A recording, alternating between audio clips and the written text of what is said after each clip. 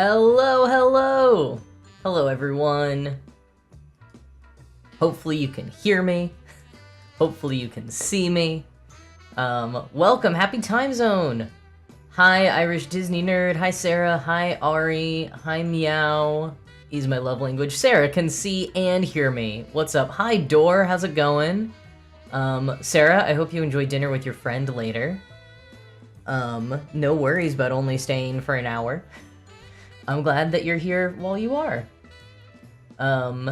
Yeah, 3 streams. That's a fun Autobot. Welcome to your 3rd stream in a row, Irish Disney Nerd. I don't know why I just called you Irish for short.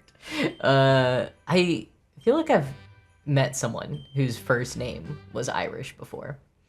Who knows? But anyway, happy Stitchmas, everyone. Welcome in. Welcome to folks who are still joining. As always, I'm getting started with our warm-up Stitch here, doing some spools. Got some holiday party music going in the background.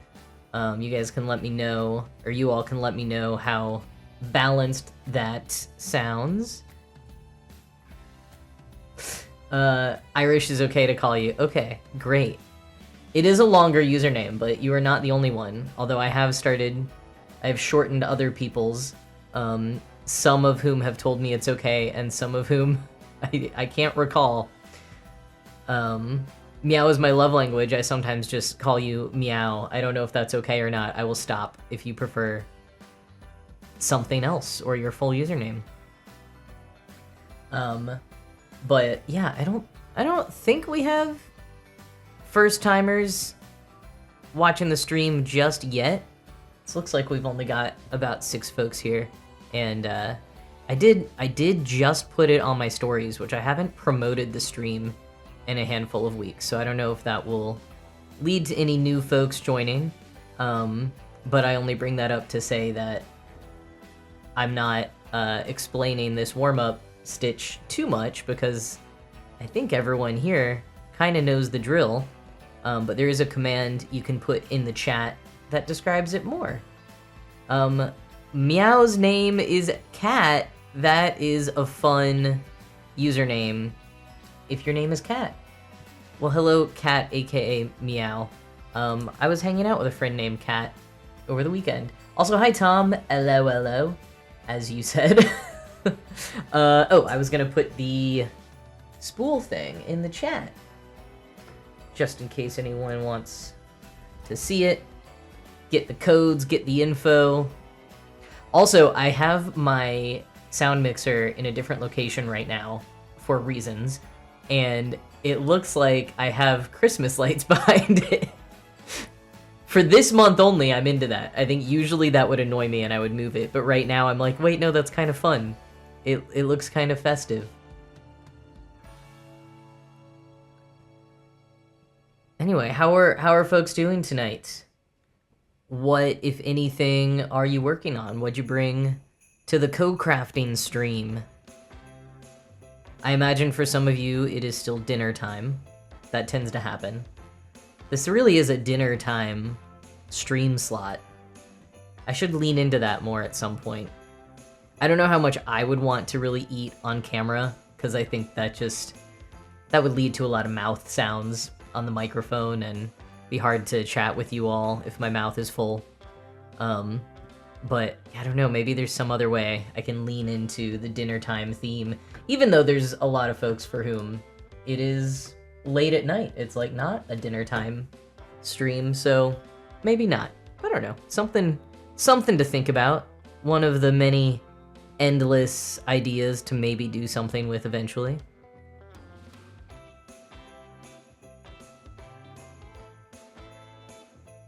Let's see, Sarah's working on a new Stitch Crypt design. Fun. Is this another one that you can't... I'm trying to remember if the last Stitch Crypt one was a gift that you couldn't describe fully. If that is the case again with this one, then I will not ask further questions. But I have forgotten to look up Stitch Crypt. I do remember that designer, or design house, and was very intrigued by the title, so I need to look it up later. I have my Christmassy goblet again, which is maybe a family heirloom, maybe isn't. I don't totally remember. I inherited a lot. I got a lot of my grandmother's Christmas stuff after she passed away in 2023, I think. I have a very large family, and so we like went in row of oldest to youngest of who got to like pick things of hers that they wanted. And I am the 7th of the grandchildren, so it took a while to get to me, but I still was able to get some good Christmas stuff, because my family on that side of the family is just very big into decorations and having like seasonal stuff. That's where I get it from. But at the same time, around the same time that happened, my mom was working at a Restore, so like a Habitat for Humanity kind of thrift store or charity shop. So it's like used goods.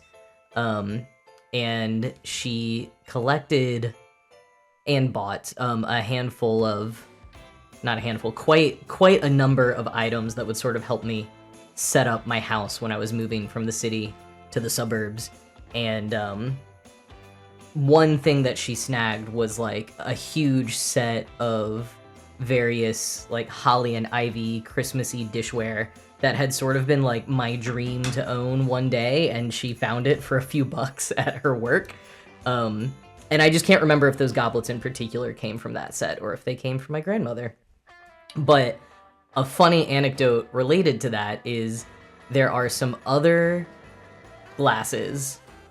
They look sort of similar to this, but they're just, maybe they're more like glass mugs or something, that one of my cousins, who is older than me, got those. So those were definitely my grandmother's. So my cousin got those, and a year later, like the first Christmas after my grandmother had passed away, she texts in the group chat a picture of the glass mug, Christmas mug, and she just says, "What the hell? I thought these were family heirlooms. They're from Arby's."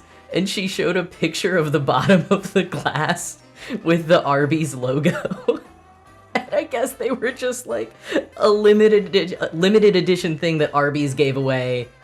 It could have been anywhere from the 70s through the 90s. I don't know. I think it's the funniest thing, and now I kind of want the Arby's ones. I don't remember exactly what they look like, but yeah, we all thought it was just this like really nice, fancy set that had been passed down through the family. Literally just junk from Arby's. And for those of you who are not American and maybe haven't heard of Arby's through the zeitgeist, I feel like it pops up in memes fairly often, but it's a fast food restaurant that specializes in like beef sandwiches, a lot of barbecue sauce, really good curly fries. Their slogan, at least, used to just be, "We got the meats." I think that's Arby's, right? But anyways, so this goblet is not from Arby's, so maybe it's actually not from my grandmother. I wish it were. Alright, so I am working now on the spool for the 0 to 5 follower range, if I can get this knot to the back, because I have gotten 0 followers since the start of last week's stream. But you know what? Often it's just about showing up, which I say like slightly jokingly, or at least my tone was slightly joking, but I mean very seriously. One reason that I liked this idea for a warm-up pattern was not just to like show growth in followers as I'm streaming, and then as we developed it together with your help brainstorming, those of you in the chat, to have the subscriber shelf, and so we can recognize folks who subscribe, because I'm very grateful to everyone who does. But another reason I really liked this idea was it would mark my streams and just me streaming, regardless of who was here, how many people showed up, how many followed, just marking like the time passing and me turning on the camera and doing a stream. So even though I did not gain any followers last week, I like that I still get to mark the occasion of hey, but I still streamed last week and this week, and here we are. I had an instance recently that was really the definition of, like, sometimes all it takes is showing up, which is that I compete in this, like, daily trivia league. It's like an invite-only kind of online trivia thing, and it gets very complicated with you, like, defensively assign points. So it's like you don't just answer questions every day, you get assigned a random opponent, and then you have to assign how many points they will receive if they answer a question correctly, and you have a little bit of data on, like, their strongest subjects, so you try to guess, like, okay, this is a science question, they don't answer science questions correctly too often, therefore I'm gonna assign them, like, 3, like, the maximum number of points if they get this correct, because they probably will not get it correct, and therefore they will not get as many points as they otherwise could. It's a very complicated thing. The point is, there was one day where I got 0 points. Like, I got none of the questions correct, and so I got 0 points. And I still won because the person I was competing against forgot to submit their answers and therefore forfeited, and that gave me more points in a way. This is a very complicated thing just to say. It was really funny that, like, I won just because I showed up, even though I got 0 answers correct and 0 points, but it was still clocked in the stats as a win. So just showing up really, really does make a difference sometimes. Oops, and my floss came out of my needle. Oh, we got a spam bot. My first spam bot. Should I mark that on the spool shelf somehow? Baby's first spam bot? Oh, this is a great view for all of you. There we go.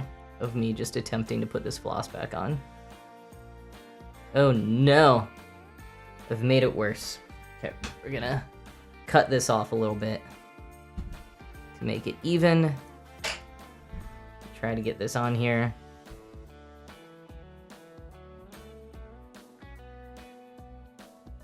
Hey Joe, thanks to you for showing up as well. Oh hey, and Rototo's here. Welcome Rototo, welcome Joe. I gotta go back up in the chat after I was yapping for a while. Wow, what did I just do? Look at this knot! Okay, let's do that so you can see what I'm fussing with here. Okay, there we go. That was not as bad as I thought it would be. Joe, I don't think one of you should go to the link. It might give you a virus. Let's see. I can remove it somehow, I bet. All right? I don't want to reply. No.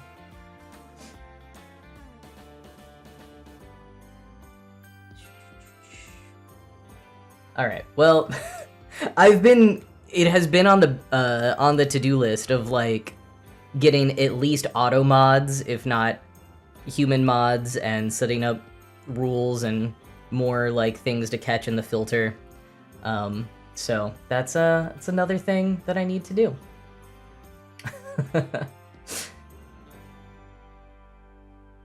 Okay, I'm gonna go back up and see what you're all working on for your projects. Ari, I'm sorry that you have a cold.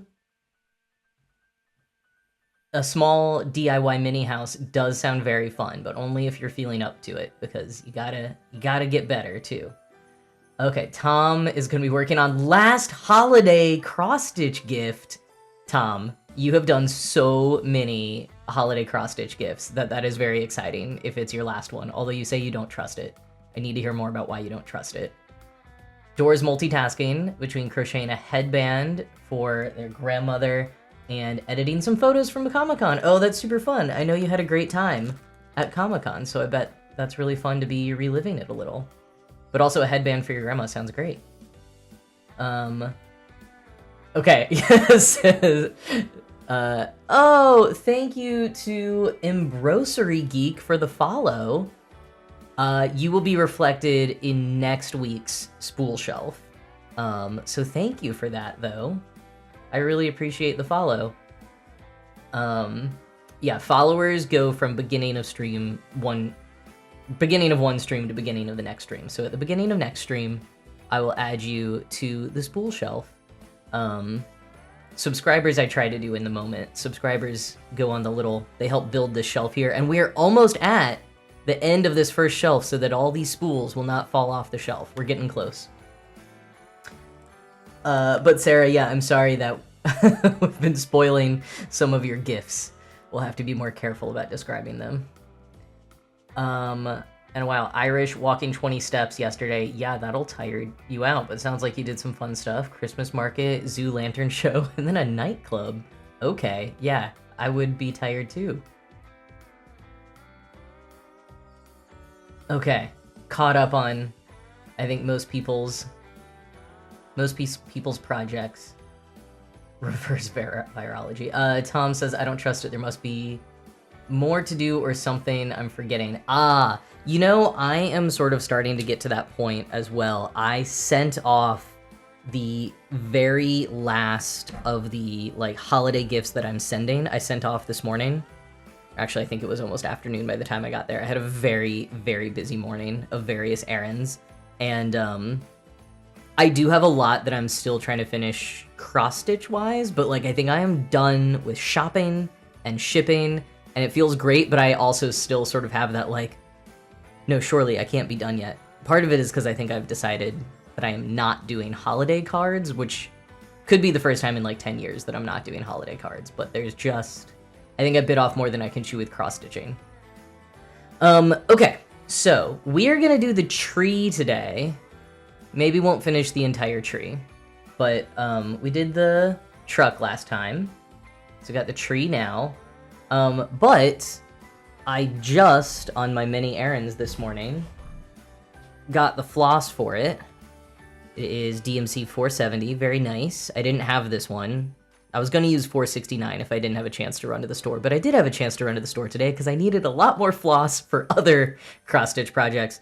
But we've talked here and there, people have asked various advice or just how do I do things in terms of storing floss and putting it on bobbins. So I thought maybe I could at least do this one. I have so much more floss that I bought today that also needs to go on bobbins. I don't know, we'll see. I'm definitely not going to do all of this on stream, but I might do a few others, and I have at least one other method that I might show. But let's start with, where did this come from? Is this needle goes to the spool shelf. Guess who dropped another needle he couldn't find right before the stream started? I think I found both of the ones that I dropped last time, but it is also entirely possible that I only found one of them. I definitely remember finding one.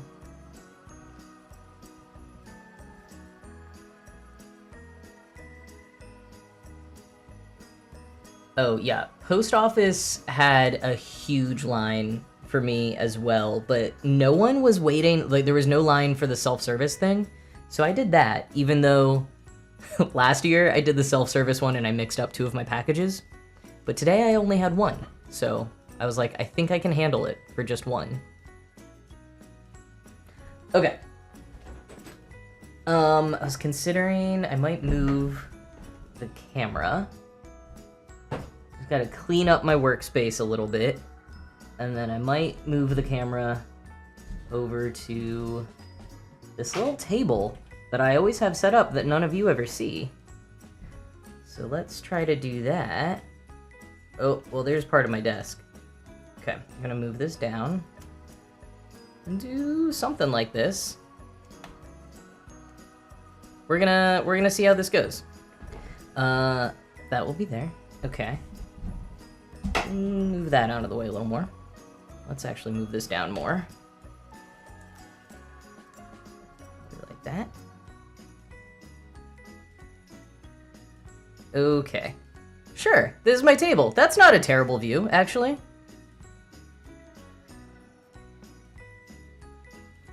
Focus. Okay.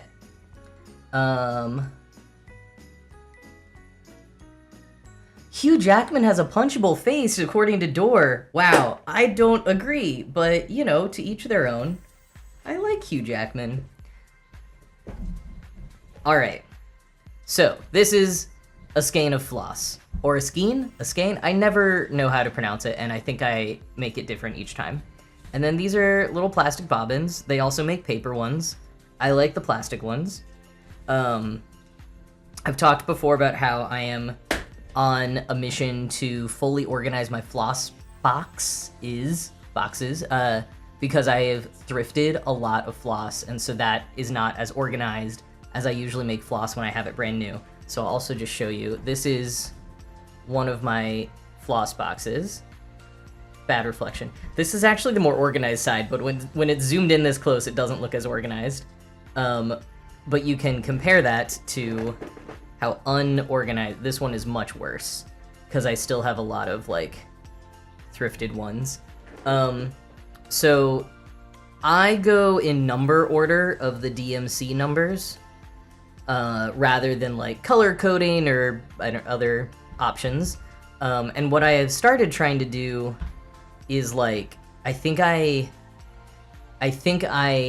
arranged, like, I looked up all of the DMC numbers, and I basically was like, okay, this row, if I were to one day have a full set, this row would end at whatever DMC number up here, and so I'm, like, leaving clear space, and I'm also trying to, like, push them down as tightly as I can in each compartment of this box so that they don't move around as much.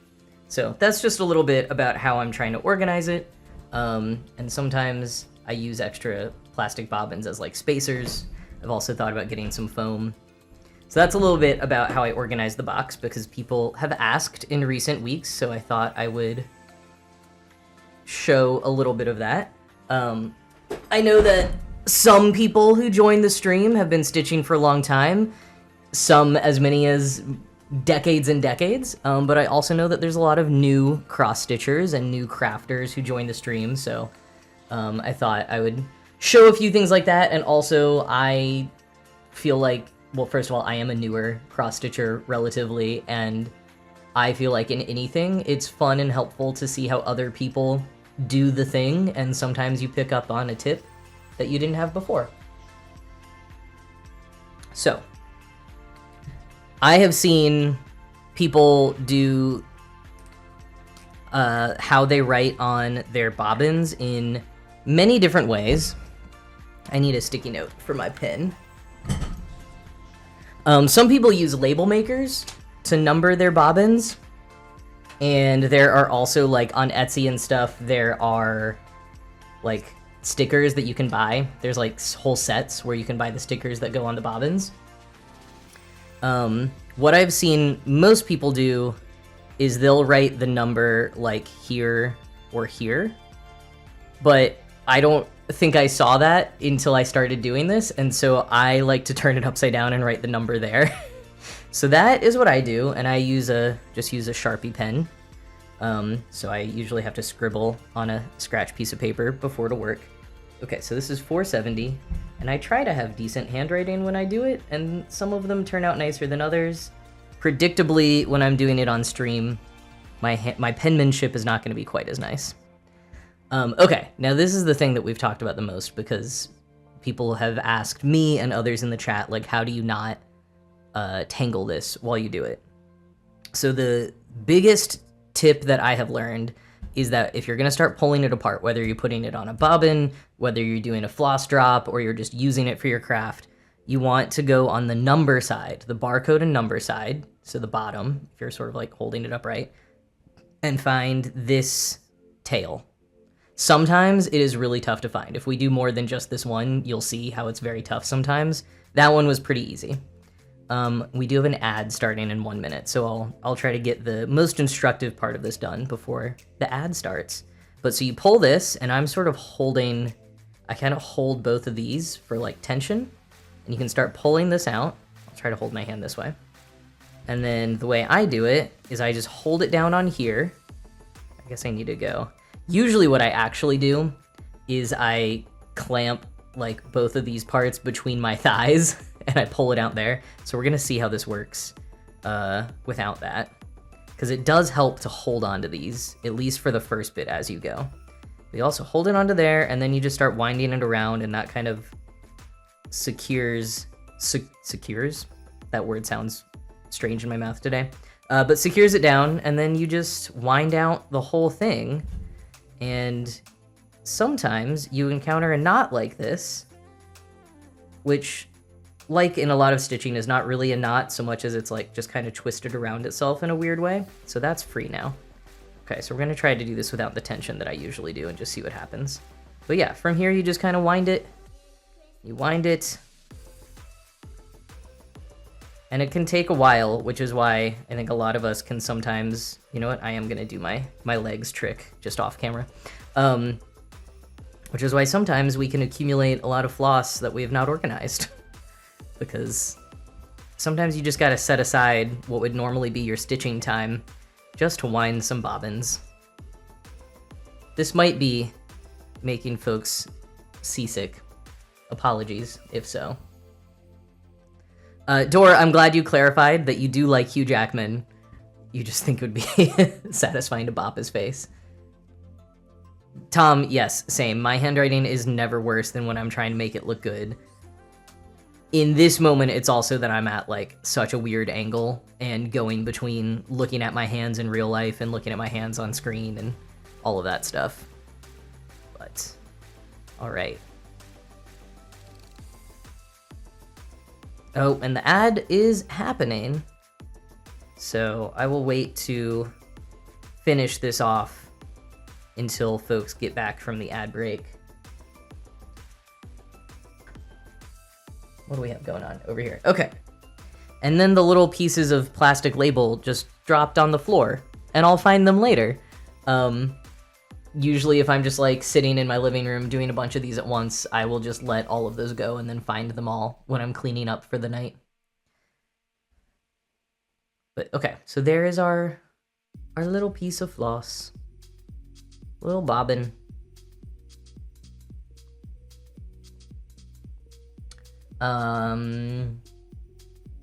Yes, I'm just sort of killing time for the next 25 seconds. I don't want to do anything too interesting until folks come back. Joe says that he always unravels it straight from, or it always unravels in a straight line. Oh. Interesting. Yeah, I will say what I think is really the key for me that I have found. Welcome back from the ads, folks. Yeah, Joe, what I think really helps for me is holding, I'll zoom out again, is really holding these two bits as I pull it out. And like I said, I usually will hold them just like between my thighs. So it's sort of like and then I'm winding with both my hands as I hold both parts of the labels between. It's like my knee. It's not even necessarily my thigh. I don't know. You find whatever works for your body and your positioning.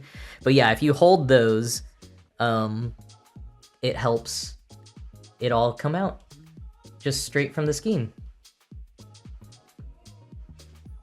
Taking off both the label things, Tom is saying that's his chaos method of doing it and desperately trying not to tangle. That's like, I get to that point if it starts tangling, like you saw that sort of mass that I got in the green one, but I still didn't fully have to take the labels off. I find that it does tangle more if you take the labels off. I want to try to find one of these. Like, this is another one where the tail is pretty obvious. Did I just luck out and buy a bunch where you can... Wow, yeah, these are all... That's great. That's so good for me, but so bad for teaching purposes.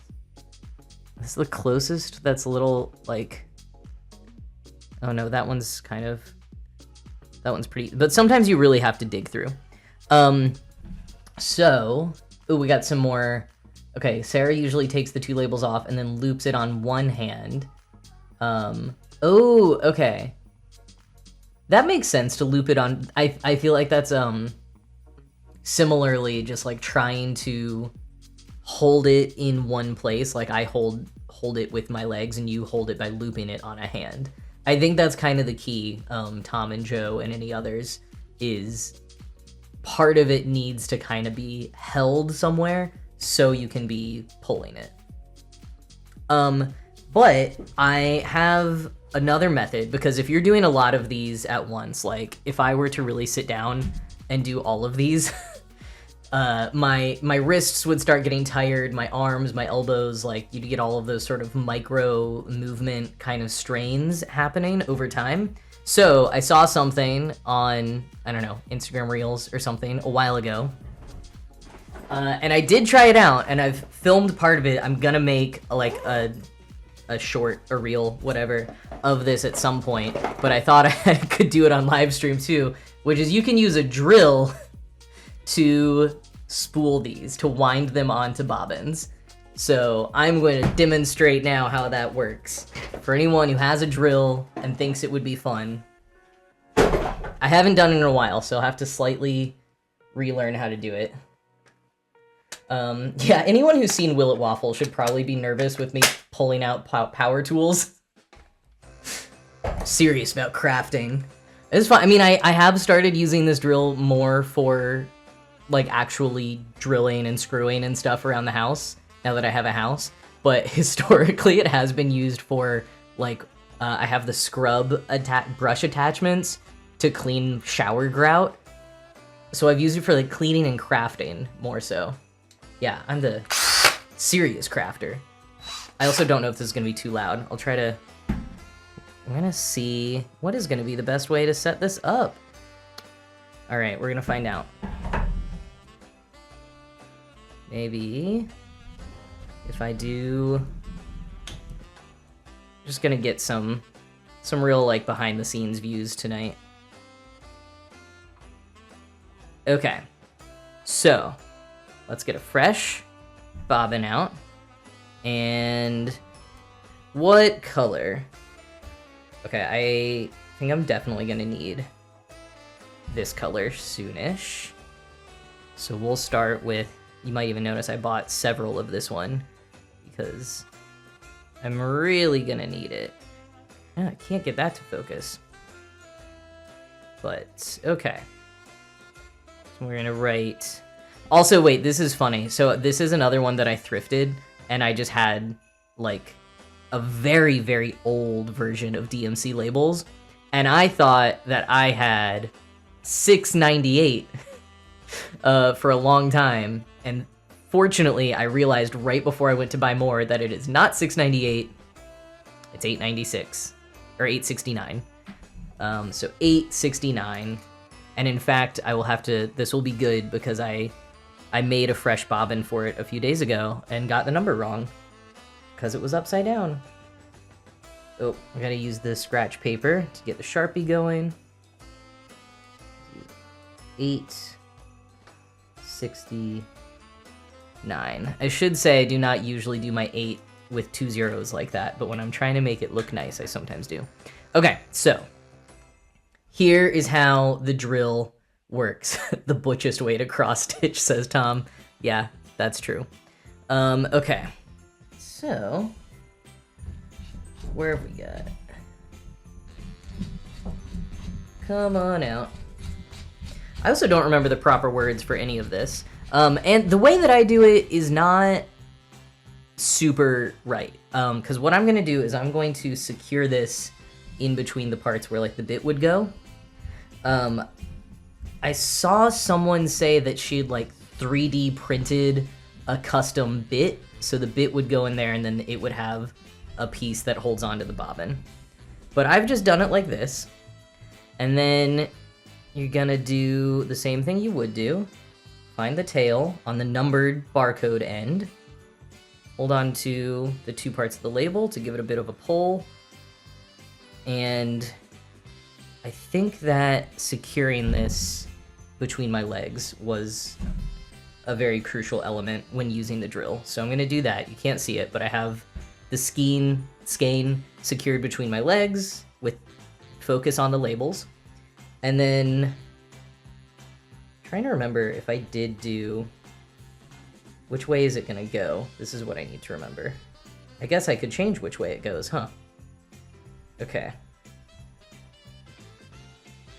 I think, yeah, manually wrap it around a few times. That's okay. So I'm trying to remember what I've done. Yeah, I think you want to manually just wrap it around with your hands a few times.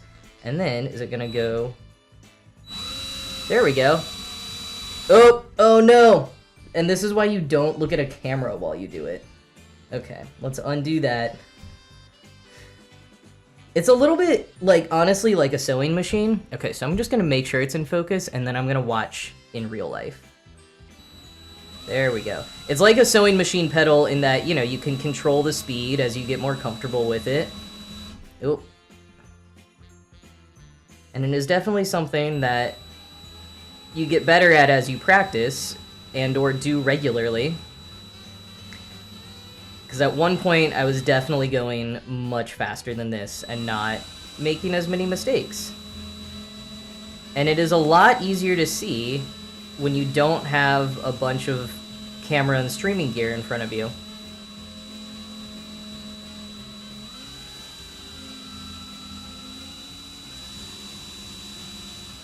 Okay, I can feel that it's coming to the end here. I'm just gonna sort of slow it down. Oh, there you go. Oh, and I didn't... Okay, and so now you can loosen it back up. Pull out bobbin. And I didn't show this last time because an ad started. But I like to wrap it around quite a few times on here. And I just do this last bit and wrap it around like that. And it's pretty secure. And there you go. That is how to wind a bobbin with a drill.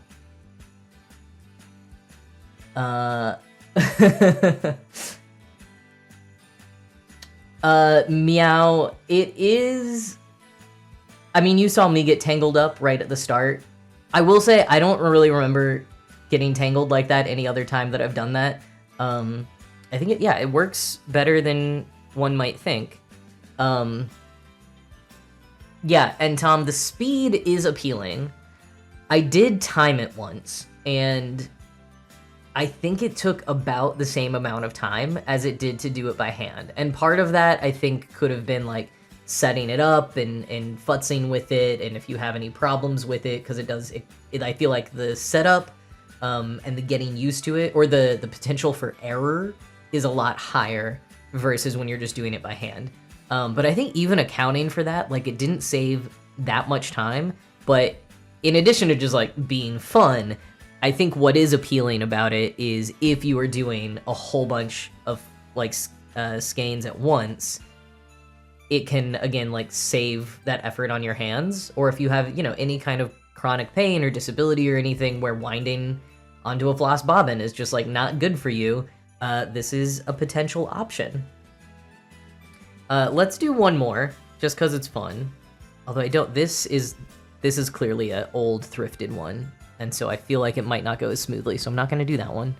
Let's do number 996. So let's do number 9, and then we'll get to stitching. But, you know, let's show one more. We got the drill all out. 996. All right. So we're gonna put the bobbin in the bit thing. Bit holder. What's it called? Clearly, I'm not a tool man. Tim the Toolman Taylor. Okay, we're holding it, we're pulling from the number side, and I'm going to pull out quite a bit so that I can secure it and hold it between my thighs. I guess it's really more my knees. Okay, and then we're going to start this first bit manually, just to get that secured in there. How's this? It doesn't look great on the camera, but... Okay, and now I'm gonna watch on here. Oh! Can I switch that? Or, no. That's what I want. There we go.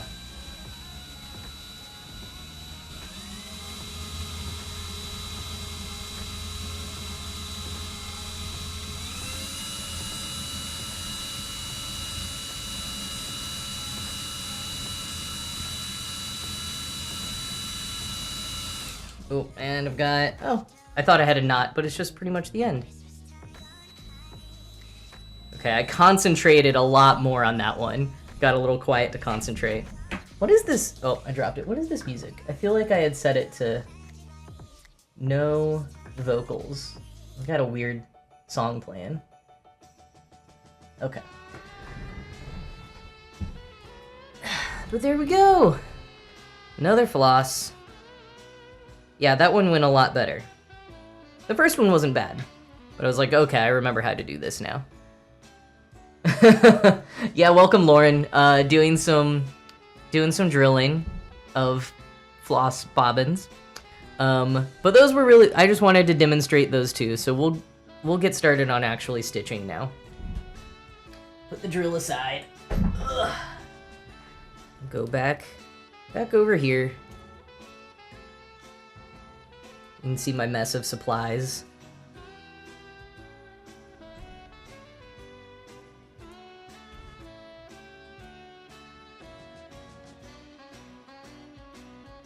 Oh, you know what? We're stitching the tree, so let's go up a little higher. Yeah.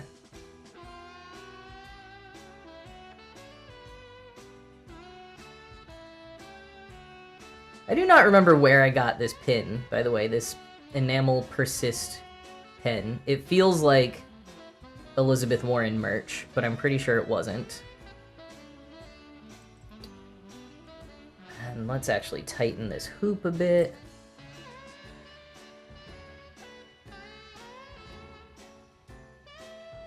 Alright, as much as I can. And we've got our freshly wound 470 floss for the Christmas tree.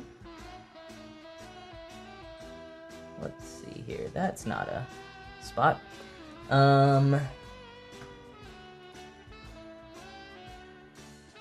45 minutes in, starting the main stitch of the day. That's what I usually do, but we had an extra activity today.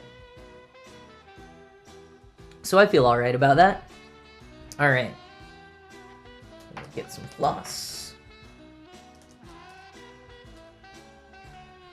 Stuck to my shirt.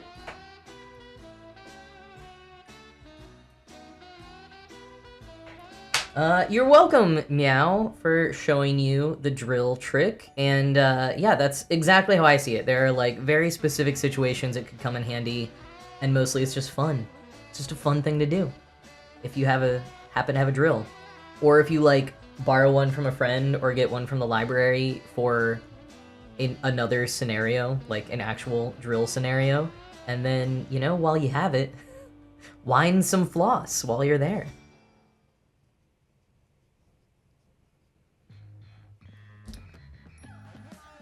This feels shorter than usual, even though I went a little longer. I think it's because I have a couple of projects I'm working on where I've been pulling longer than usual floss lengths, and so now my normal length feels short. I don't know.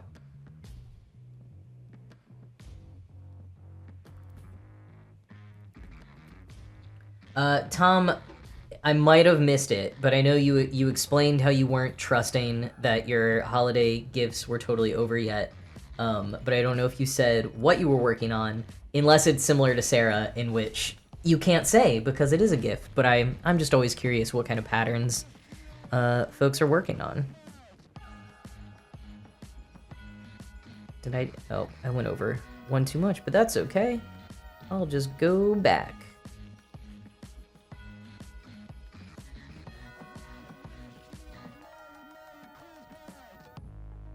Drop in the needle. It didn't fall off the floss this time, though.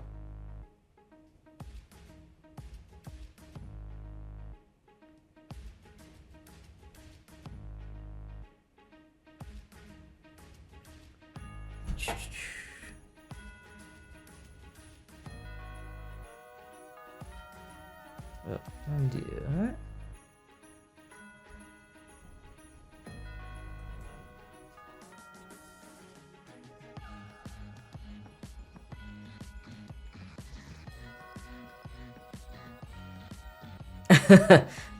Yeah, Tom, I won't tell your mom. I don't know Tom's mom, but Tommy will not know your will not tell your mom. I'd rather be in Stars Hollow with a maple leaf. I love that. I am a big Gilmore Girls fan. I feel like I would frequently rather be in Stars Hollow. Though I gotta say, living in New England now, I, like, often feel like I'm close to living in Stars Hollow. Driving around today, like, running my errands, and just, like, so many parts of the drive just looked like a literal Christmas card. Just really nice houses. Not mine, but just, like, some very, like, classic New England kind of houses. And everything covered in snow, and you got Christmas decorations and all the, like, pine trees with snow dusting them. And then I went to a Christmas tree farm, so that also helped. But even before that, it was very, if not Stars Hollow vibes, at least, like, you know, small town Connecticut vibes. I guess because I was literally in small town Connecticut, that would do that. My errands took me down to Connecticut today. Oh, good housekeeping question, Sarah. What is my stream schedule? I was just about to update that earlier today, when my laptop died. I was in a cafe while my tires got replaced and had forgotten to charge my laptop before I went to said cafe. Hold on, I will tell you in a minute, but I'm not loving the vibe of the music anymore. We've gotten to a weird part of this holiday playlist. I think for now I'm just gonna restart the playlist. We're gonna have to find something better in a little bit.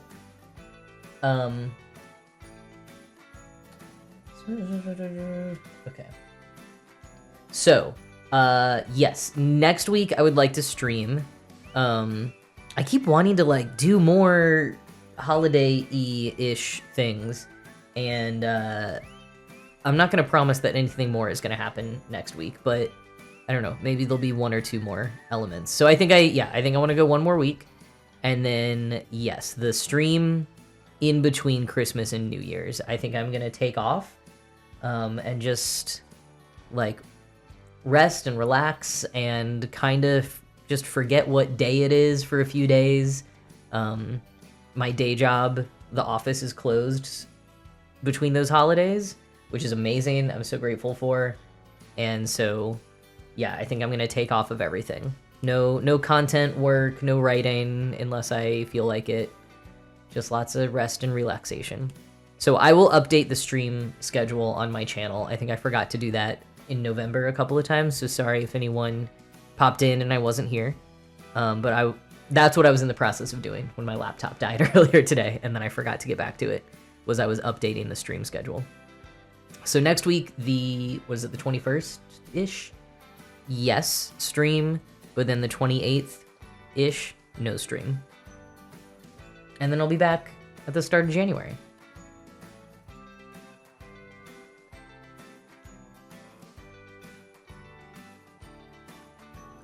I'm living close to the Stars Hollow fantasy minus the fast-talking, quirky characters. Yeah, I guess not fast-talking. I feel like there's a handful of places I've been hanging out where you get some quirky characters, but not quite as quirky as Stars Hollow. Yeah, I did have a moment earlier today, though, where I was wearing a different flannel shirt and had just gotten back from getting a Christmas tree, which I'll say more about in a minute, and I had on, like, a backwards hat, and I had just cleaned up something in the kitchen, and I was going to put this, like, dirty dish towel in the hamper, and I walked by a mirror, and I was just like, wow, I really look like Luke right now. Just full Luke vibes with the backwards hat and the flannel, which used to be my, like, everyday, so I used to get a lot of Luke comparisons because of that. But I don't wear a backwards hat or even flannel quite as much as I used to. I guess I still wear a lot of flannel because now I live in New England and it's cold so much. But yeah, it was like, oh, the Luke side of me is back. Maybe I'm the quirky character. You know, it's like if you don't know who the gay cousin is, you're the gay cousin. Is that how it is with Stars Hollow too?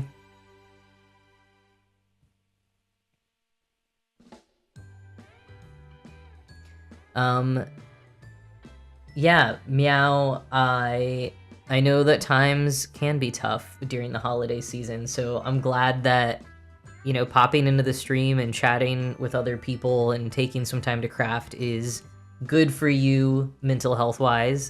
It is for me too. I think it probably is for a lot of folks here. And yeah, I like when I can facilitate this space for people. And I'm glad to hear that. And if it weren't for my own mental health, wanting some rest and relaxation, I would do it even more often for longer and not take the holidays off. But that's not a good way for anyone to be. I don't understand how Hasanabi does it. Just streaming like 5 hours every weekday, something like that. Maybe even more than that. It's wild. I mean, he's got a whole team of people now, I assume, but that's so much. Anyone who does that much of any one thing, I'm always just like one thing where you have to be like on. Just like, when is the burnout gonna happen? Well, yeah, it does make it easier if it's your main job, but even when it's your main job, you should get breaks and vacation and holiday time. I say as someone who had a very, very cool everyday creative job and absolutely loved it, but also did not get any vacation time or paid time off or anything like that and got pretty burnt out.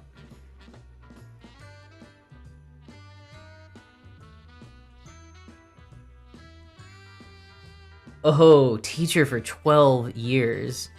6 days a week. That's wild.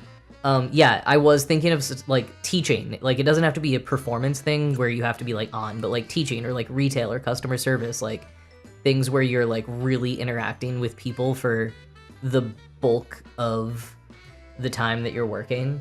It just drains you so fast, even if you love it. But working with kids, I mean, that's a big like that's really, really hard, even when you love it.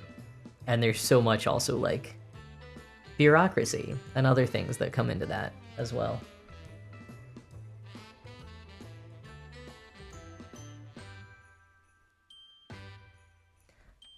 Tom Scott.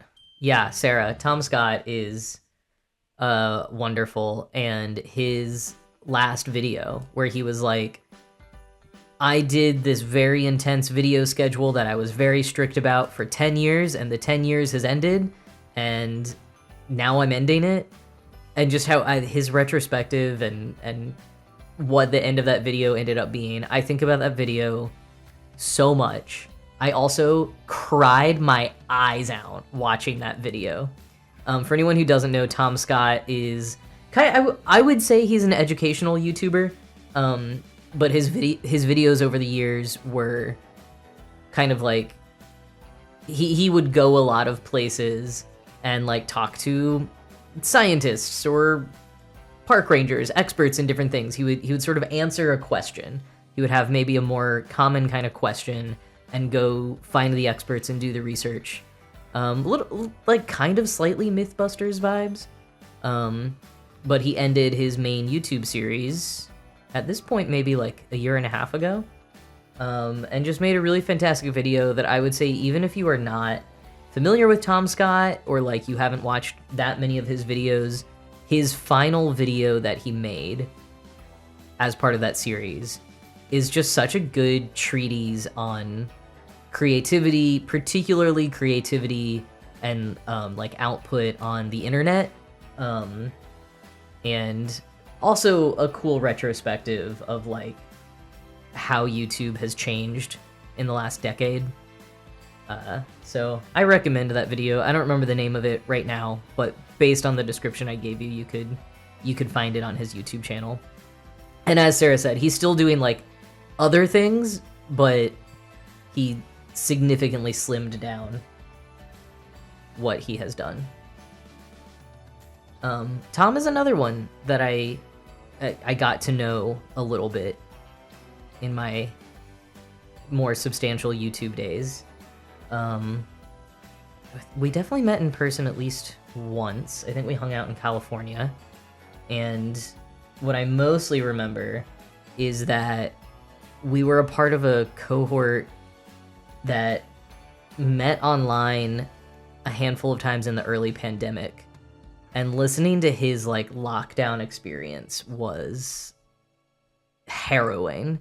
He was living in a very small studio apartment because he traveled so much for work, but suddenly the travel was done, and it just seemed really tough. And that's maybe part of why I got so emotional watching his video, because like I had heard from him during a harder time in his life, and sort of just seeing how he was taking this time for himself to be like, you know what? I did the thing I set out to do, and I don't need to do any more of it. I'm gonna look after myself. And so I really respected that a lot.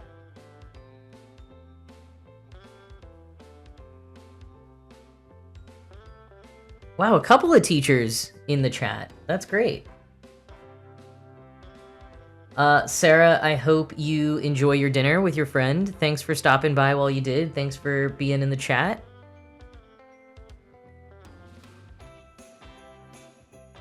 Once again, I missed that ads were happening and didn't warn people.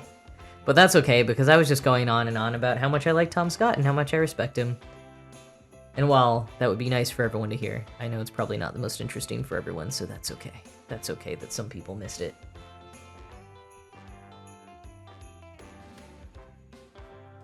Maybe while folks are on the ad break, I will update my stitch count. This is something like about that. We're up to 38 stitched today on this project. Oh, I always forget that I have to do math.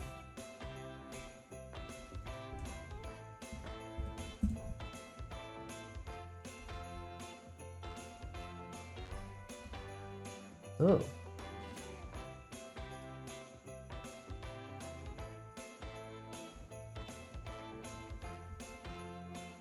It's not, it's literally just addition. It's not much math at all. And yet,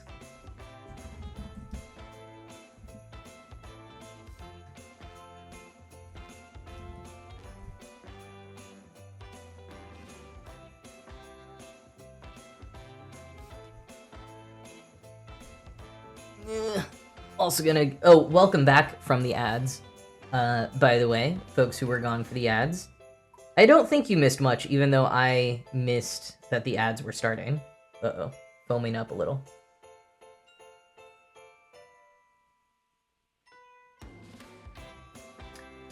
That's real, Tom.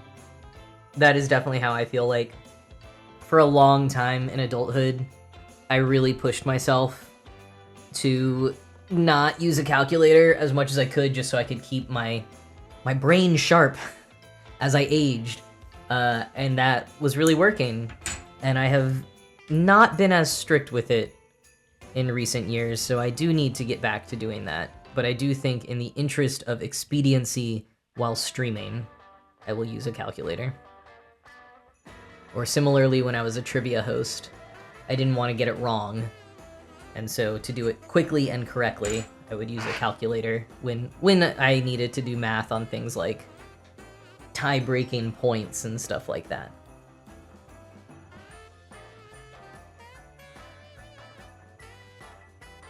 We're making a little bit of progress here on this tree. I mean, it's definitely already looking like a tree, which is fun. That doesn't always happen with cross-stitching, where you can see the shape so quickly. But yeah, I mentioned I got my Christmas tree today. Very exciting. After streaming, I'm probably gonna put my lights up on it. I don't know when I'm gonna do ornaments. Probably a bit later. Not today, that's for sure. But I want to put the lights up because with it getting dark so early here, I've really been craving some fun and cozy lighting in my house, which I have some. These lights I usually take down when I'm not live streaming. because I think they look fun and festive when you're doing a fun and festive thing, but during the daylight on Zoom calls, they look just a little tacky. But anyways, yeah, so I'm going to put lights on my Christmas tree tonight. I got a tree at a farm close to my house that I had not been to before, but I had sort of heard about. The original plan had been to get a tree 2 weekends ago, and go up to a place I went to last year, which some of you might have seen. Around this time last year, I put up a little Instagram reel, YouTube short thing, maybe on TikTok. I don't remember where all I posted it, but a short video about cutting down my own Christmas tree for the first time as an adult. I actually really like that video, so I recommend people go see it because it talked about some fun Christmas tree facts and like some of my family history and just cutting down Christmas trees. And also not knowing how to do things, because I did not realize until I got to the Christmas tree farm that I had never been the one to saw down the tree before, and I didn't know how to do it. So I do it in a very inelegant way, an improper way in the video.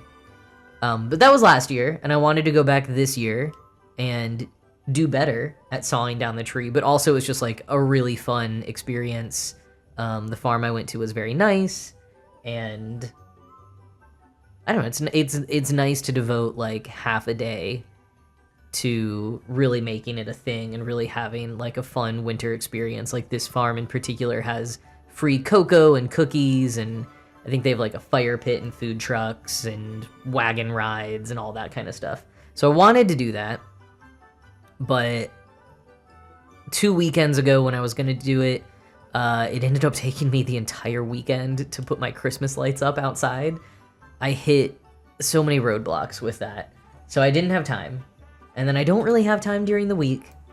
And then on this past Saturday, I had plans. And then on Sunday, we got this snowstorm, and it just was not going to be safe to drive as far as I needed to drive to get to this farm, especially because I was overdue for new tires, so that was going to be extra not smart. But today, I got my new tires, and I had a little extra time because I don't work Monday mornings. Usually it's writing time, but the writing group that I meet with is done for the semester. Theoretically, I would continue to use it for my own solo writing time, but it has effectively become Aaron's time. And honestly, there was part of me that was just going to get a tree at like Home Depot or something. But I looked, and their trees were really sad. They were cheap, but they were very sad. The selection was not good. It's kind of late to be getting a tree. It was a terrible selection. So then I was like just looking up farms in the area, and I found this farm so close to my house, and I pulled in, and I kind of thought they were closed because no one else was there, but I guess it was like noon on a Monday. And there was just this one guy, and he helped me pick out a tree, and these trees were already cut down, but they were like pretty freshly cut down. He sawed off the end of it, he tied it all up, he helped me get it on my car. It was a wonderful experience, and yeah, speaking of being in small town New England, just to like show up and literally have not a single other customer, just me and this dude, and no like other buildings even in sight, just a big expanse of like farm and woods, which is what I love. So it was wonderful. I got the tree back home, and I put it in its stand, and it seems like even healthier of a tree than last year. So I'm very excited about it. I'm glad that I was finally able to do it and squeeze it in, even if it wasn't exactly as what I planned last year. Because I think honestly, in some ways it turned out better. Not the full experience, but the tree itself might be a little bit nicer. And I'm glad that I finally explored this farm, because I'd been wanting to go there for a while. It's like it's popped up for other events on occasion, and I've thought about going.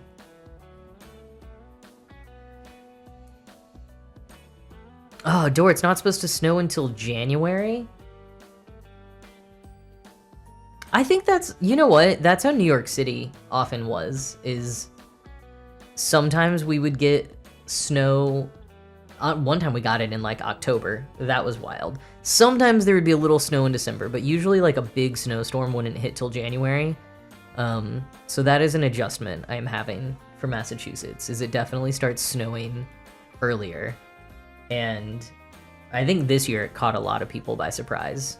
I've heard a lot of people kind of talking about that. It just got like real cold and a bigger snowstorm. Because the one I mentioned on Sunday wasn't even the first. That was at least the second snowstorm of the year so far. Or of the season. Either the start of a holiday rom-com or a holiday horror movie. Yeah, just me and this one other guy on a farm in the middle of nowhere with his chainsaw. Good point. Really could be the start of a holiday horror movie. No, he was really nice, though. He complimented my car, which I thought was nice of him.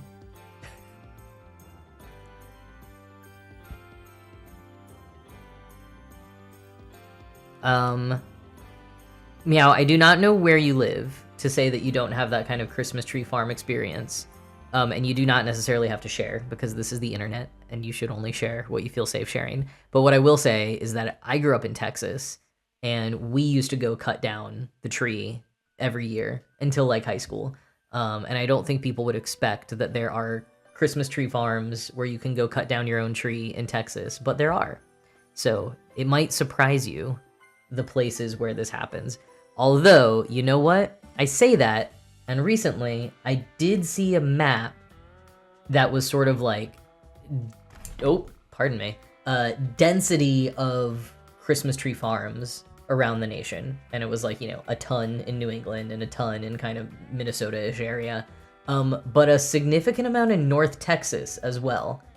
And I have not further looked into that. I didn't really look up the source of this information, but I did see it and I was like, oh, I guess it makes sense then that we used to go cut down Christmas trees in North Texas. So maybe disregard everything I just said. Maybe there really are places where it's not a thing.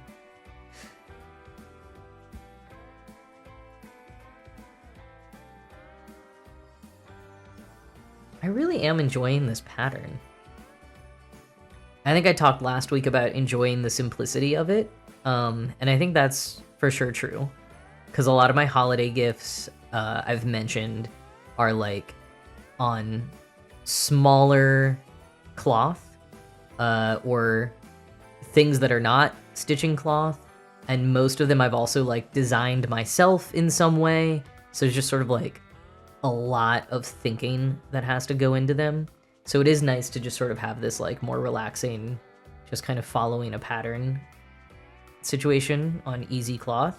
However, I think I just really like the design. I think the design is bringing me joy, especially now that we've got the second color going. I like it. I like this little pattern.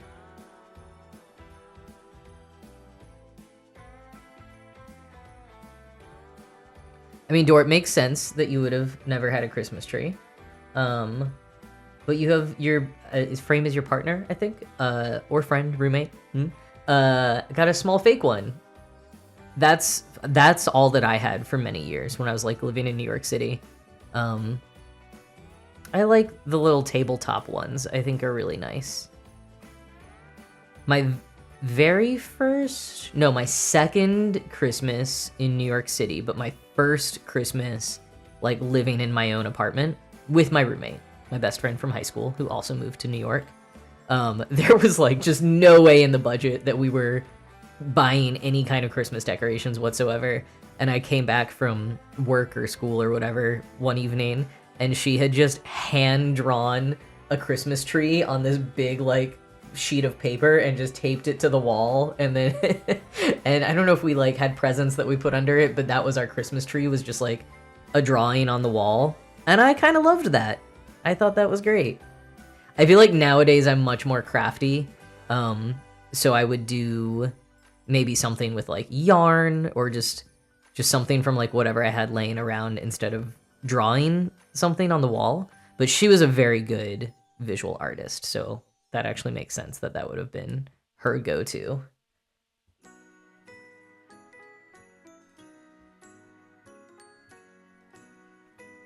Dor, yes, I remembered that you were Jewish, and that's why I said it.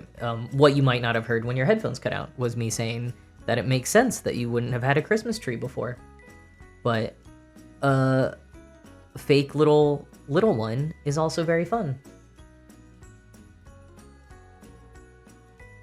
Oh, okay. Meow is from Germany, the birthplace of Christmas trees. So that is surprising to me in one way, that you don't have like a farm experience like that where you get to go cut down your own Christmas tree. However, there are other ways in which that is not surprising to me.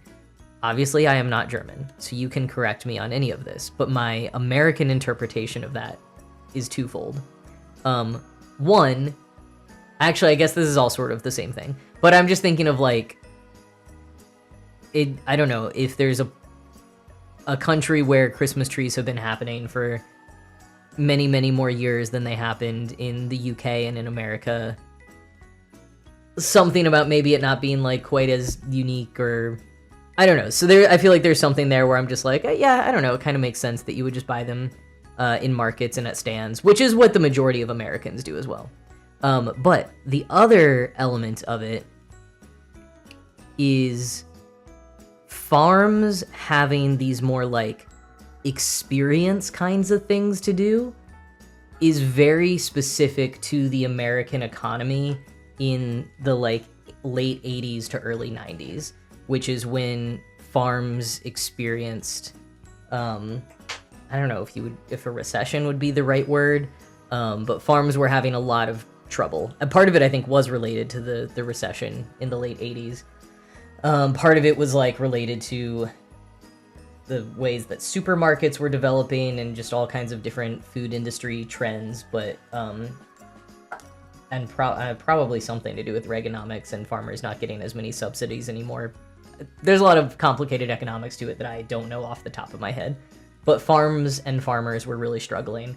And one of the things that some of them started doing was, instead of just like selling their food, you know, at the end of a driveway in a farm stand, or at some kind of market, they started making it more of a thing of like, hey, you come pick your fruit from the trees, and you come pick out your pumpkin.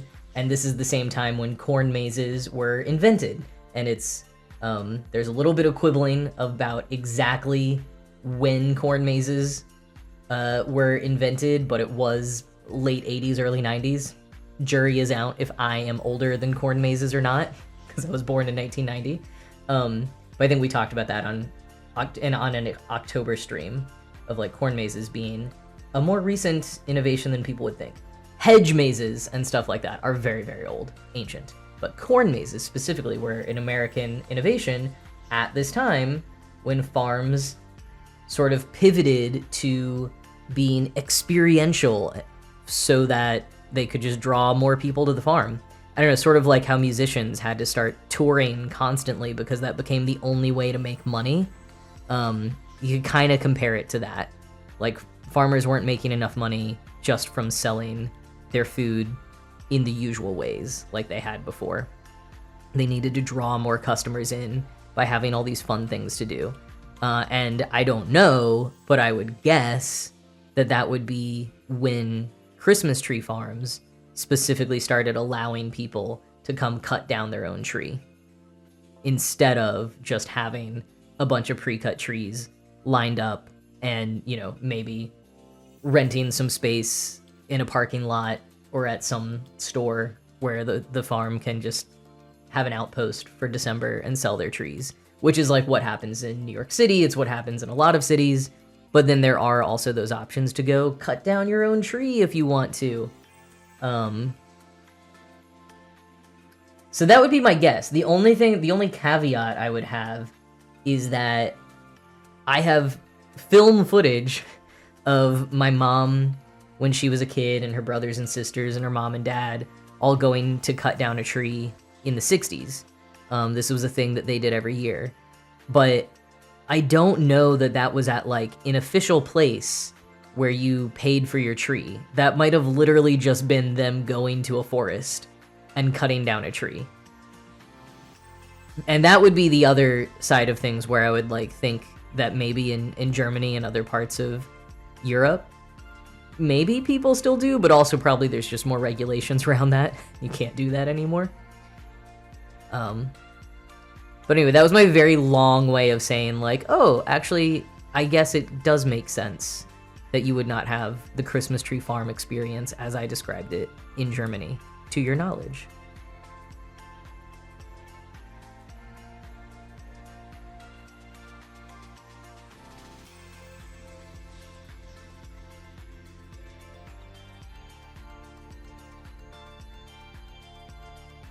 Okay, we've reached the point of the playlist again where it no longer sounds Christmassy. So we're gonna try another playlist. Alright, this has got some jingle bells to it.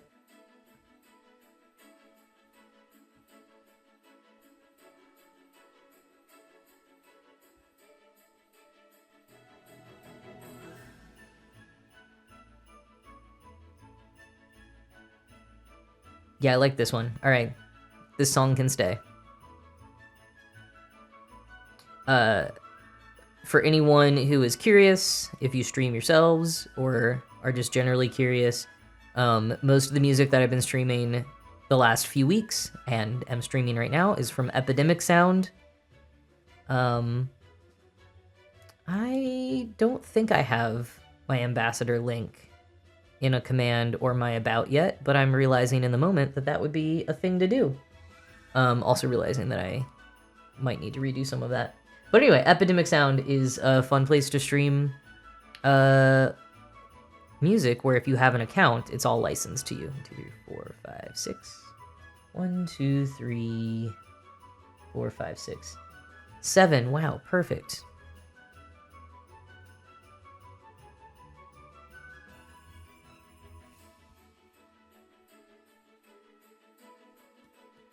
Oh, meow, yeah, Christmas markets also make sense.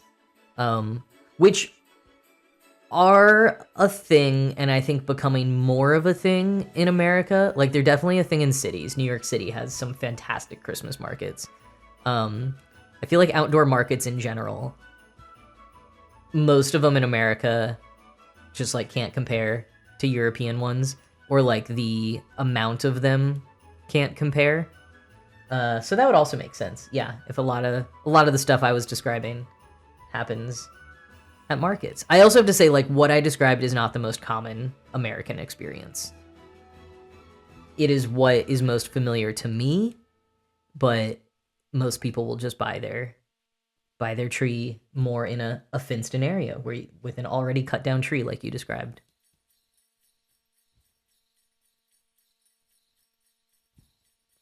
It is funny how, like, when you talk about regional differences, having just one person represent an area is not always super helpful. I saw a little back and forth on Reddit last night, where someone was saying, like, it was a discussion about the word drip, and it started because it was, like, discussing the word being used for fashion.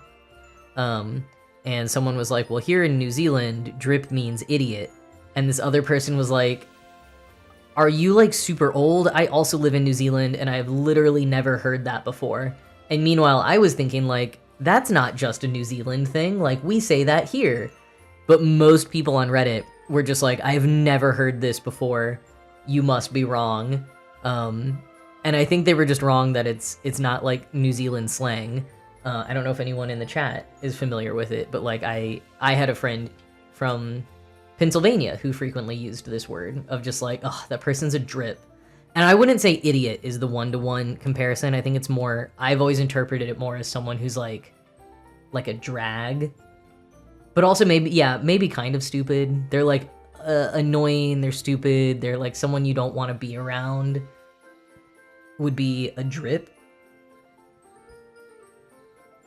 Okay, Tom has heard that, but he is also from Pennsylvania. Maybe it's a Pennsylvania thing. I felt like I had heard it before. Like, when I first heard my friend say it, I was like, wow, I don't feel like I have ever heard someone my age say this, but I also knew exactly what it meant. Like, I didn't need it defined for me. Yeah, it does feel like an old term. So I don't know, maybe I just heard it in movies from the 1940s or something. Like, I do think it is just an older term. But it was a funny discussion to see play out, where someone was just like, this is a New Zealand term, and someone else from New Zealand was like, no, it's not.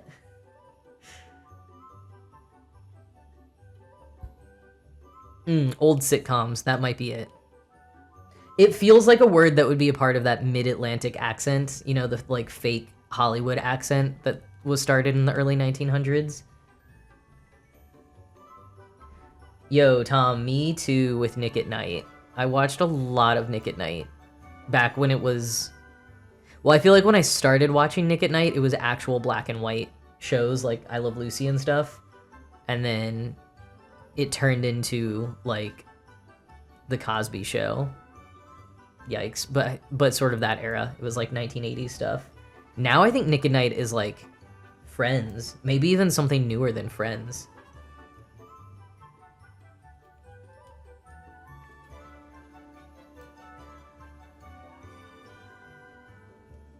I do think that if Nick at Night still exists, I guess that's a question. I think it does a really good cultural service to the young of helping kids like pick up on older references by watching older media.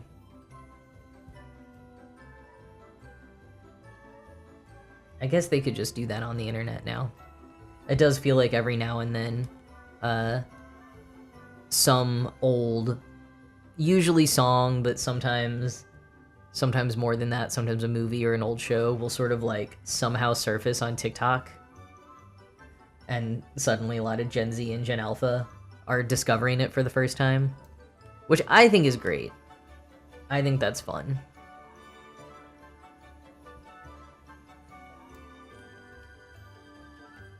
All right, 7:30. Let's do a check-in. How's everyone's project progress coming along?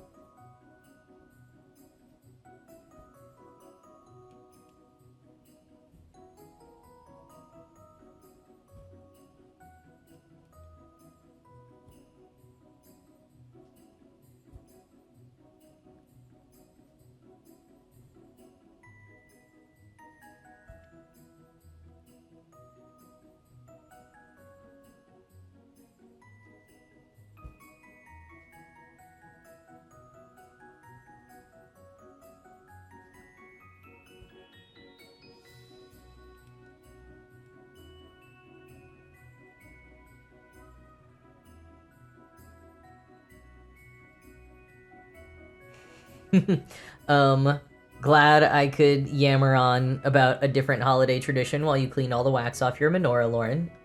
Enjoy. Talk to you later. Tom. Oh no, had to battle with cloth in the hoop, or what kind of holder are you using in your cloth? Are you using a Q-snap or a wooden hoop, a Nurge hoop? What do you got? What's your gear? Share your gear. Door, I would consider that very successful tasking in that you made progress on both. I feel like I would only be able to do one or the other. So well done. Hoop. Okay, hoop was the word you were looking for. I know I am using a wooden hoop right now. I guess you actually can't see. I'm using a wooden hoop right now. And aesthetically, I think they look great. In practice, they have become my least favorite. I just don't feel like my fabric stays taut enough at all.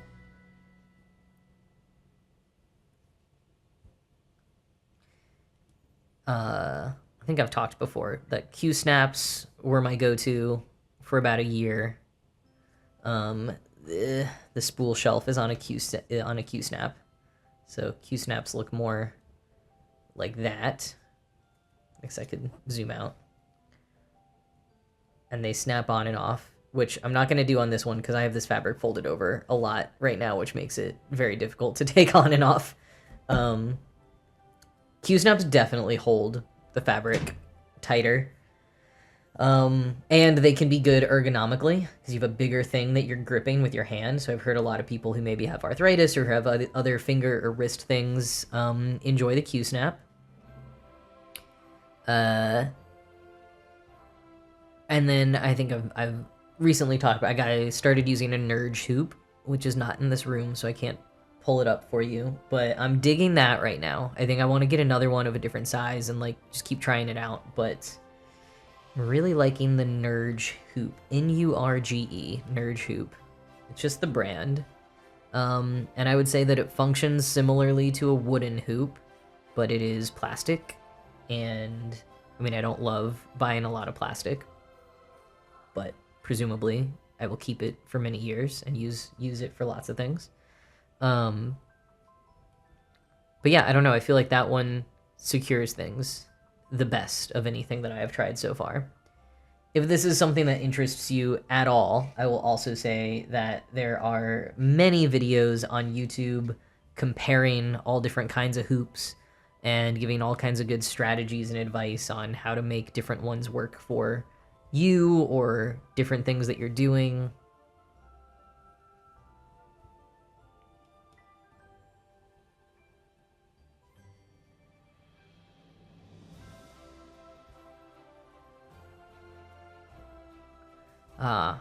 Or skipping a few stitches here and there so that I can stitch some snow on the tree. A little falling snow on the tree. It did not actively start snowing on my very short drive back home after getting my tree today, but a lot of the trees did have snow on them because it snowed so much yesterday. And because it's been windy, so the snow has just been blowing around everywhere.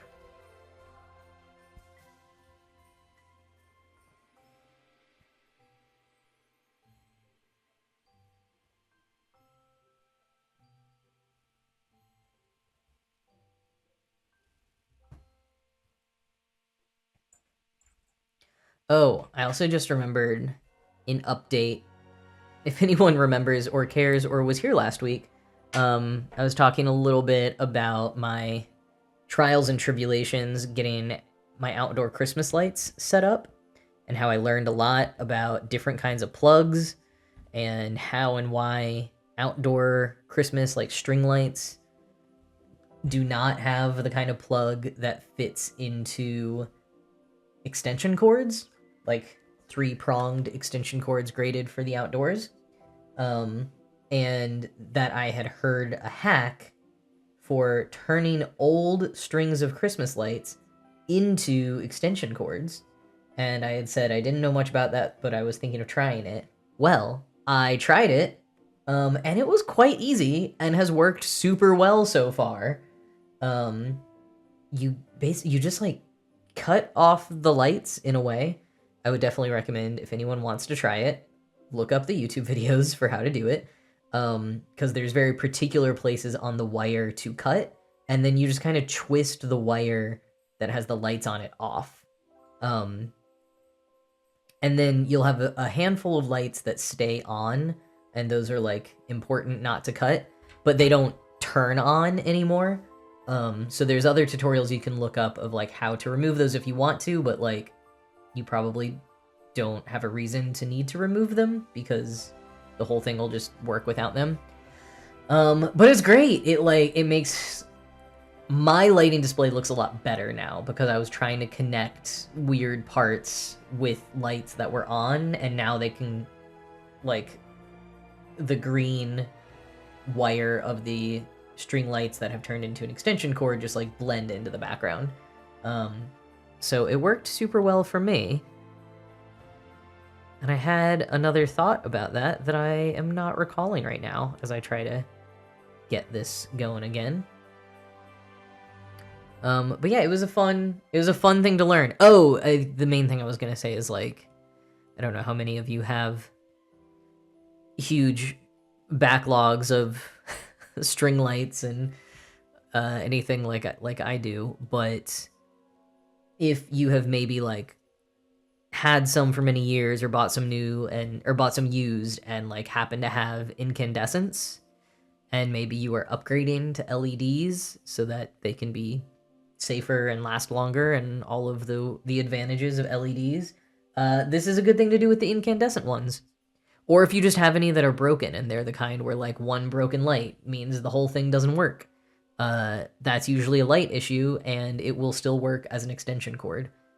I would obviously recommend checking that it works, like stringing it in between two other sets of string lights before you go through all the trouble of cutting the lights off and twisting the wire off, because it does take 5 or 10 minutes to do. But yeah, that's a great way to like not have to throw away a set of lights that doesn't work anymore. I say throw away. Hopefully you're using a Christmas light recycling solution. There's a lot of places where you can like drop those off or send them to. I think Home Depot and like hardware stores like that will do it for certain parts of the year, but you can't do it all year round or something like that.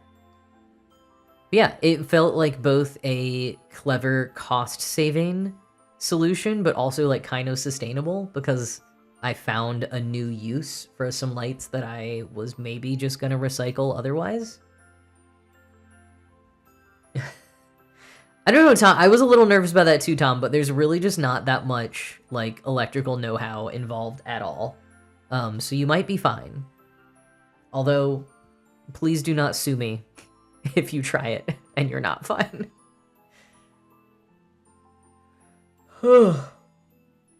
Excuse me. Ugh, I'm tired. I've had a long day.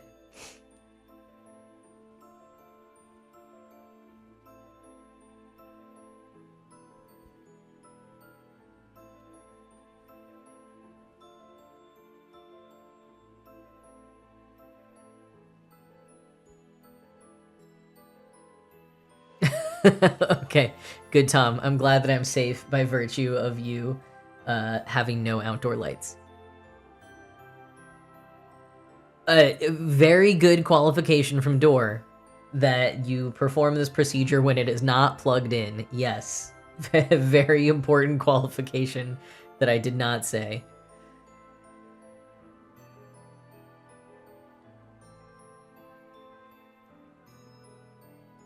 Ugh.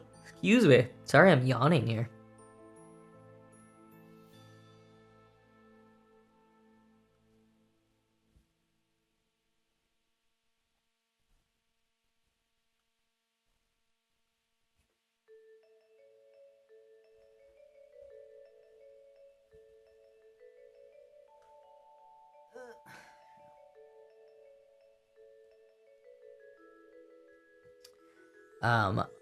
This weekend, I learned one of my new favorite not facts.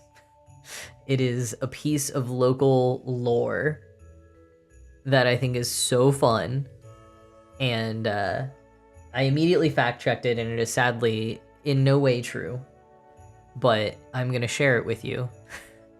Because it is one of those things that, like, it is not true, but it has turned into a real-world thing.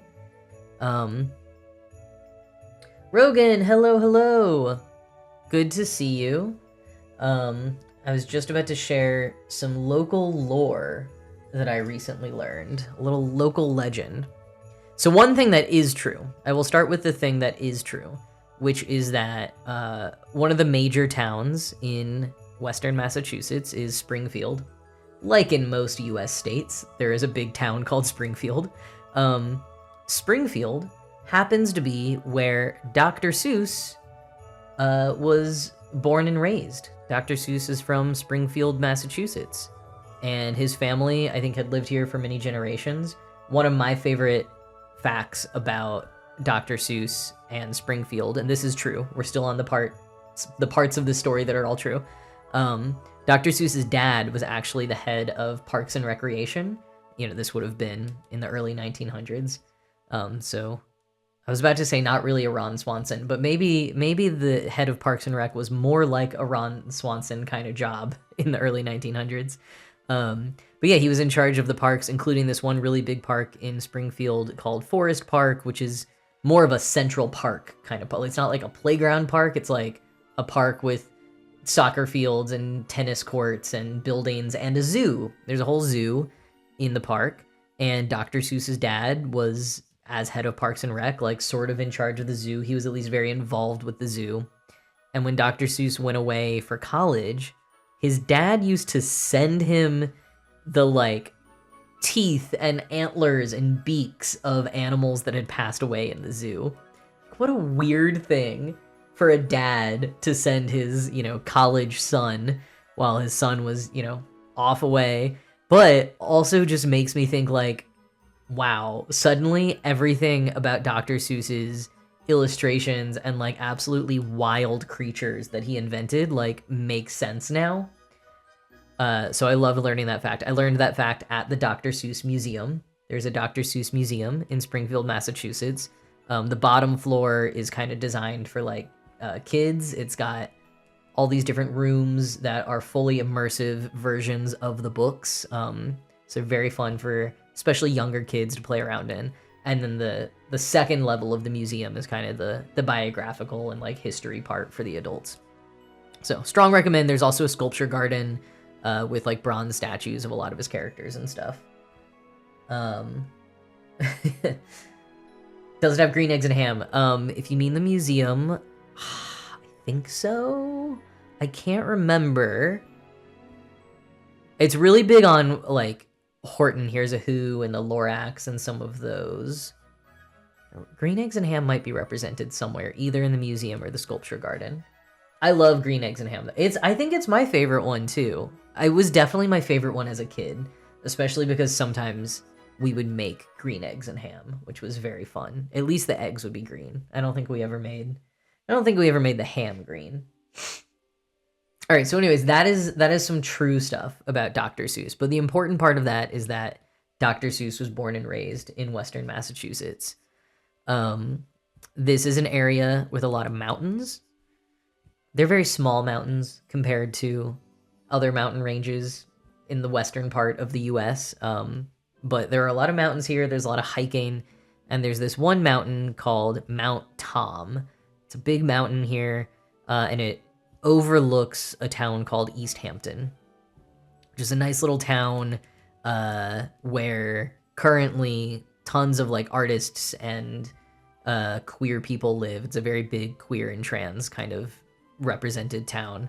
Lots of nice small businesses, a nice pond, and good hiking, including on Mount Tom. And I was having lunch with a friend in East Hampton this weekend, and she told me that people like to say, this is where the legend that is not necessarily true comes in. She says that people like to say that Dr. Seuss was inspired by Mount Tom and East Hampton when he was writing The Grinch. And if you remember the story of the Grinch, he lives up on a tall mountain. I think it's called something like Mount Crumpus. He lives up on the mountain and he looks down on Whoville. And so people of East Hampton like to say, well, if he was inspired by Mount Tom for the Grinch, then like we in East Hampton, that Mount Tom looks down on, must be Whoville. Which I think is really cute because it's like a cute little town. And so for them to think of themselves as the Who's, I think is really great. But yeah, it's definitely not true. I like looked up some interviews with some Seuss scholars who said there is evidence that Dr. Seuss went to Mount Tom. His like high school graduation party was on Mount Tom, but there's not any evidence that's what he based the Grinch on. And in fact, there's like scant evidence that he based the whole like Grinch looking down from a mountain on Whoville, based on his like big mansion that he bought in California once he got successful. But East Hampton has still taken this and rolled with it, and they every year now host a Whobilation festival, and it's like a charity toy drive for the kids, but the Grinch is there, and everyone joins hands around the Christmas tree out like in, I don't know, the main square or whatever, and they sing that Whoville song from the Grinch. I think it's great. I think they've been doing it for 10 or 20 years. The East Hampton Whobilation. Thank you to Nelva for following. I appreciate that. Oh, and you just helped me hit my follower goal. 120 followers. Thank you so much for helping me hit my goal. And yeah, we're at 120. Thank you for following and thank you for helping me hit my goal. And welcome to the chat. Hello, hello. I'm talking about some local legend about the Grinch being inspired by a mountain in my area. So anyways, Jubilation. East Hampton has taken it and run with it. And two other small parts of this story. One is that Mount Tom, which you're right, Tom. It is a great name for a mountain. Mount Tom. It is spelled differently than how you spell Tom, though. I am sorry to say. But during the winter season, there's this huge star that gets lit up on the top of the mountain. And so whenever you're driving anywhere down in East Hampton, aka Whoville, you can always see this lit up star in the winter, which is really cool. I saw it for the first time this weekend. It was really, really awesome. But some people will be like, that's where the Grinch lives. Right at that star. Look up at the star on the mountain, and that's where the Grinch lives. So I was very excited to hear this story from my friend. I thought it was a great little piece of a little local legend that they've taken and run with. And I got back in my car and I was driving home right after having heard this story from my friend.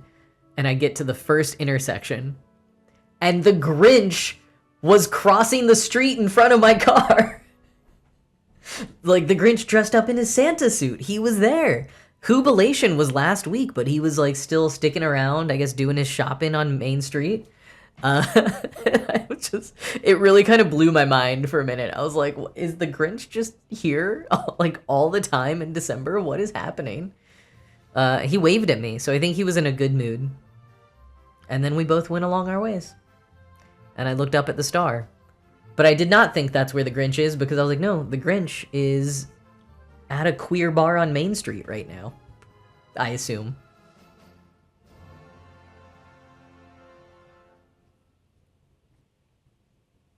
Good night, Door. Happy holidays, happy Hanukkah. First night or first day, last night was maybe the first night. So happy day, first day of Hanukkah. I hope you have a good week. Happy holidays. Yes, the Grinch is fully integrated into society. Correct, Tom. Ooh, Rogan says there's a place in Alaska outside of Fairbanks called North Pole, and they lean into it. I wonder... First of all, I love that. I love when places lean into the name. I've talked about Sleepy Hollow and Salem a lot, and I think there's a few other Christmassy places, and other Halloween ones.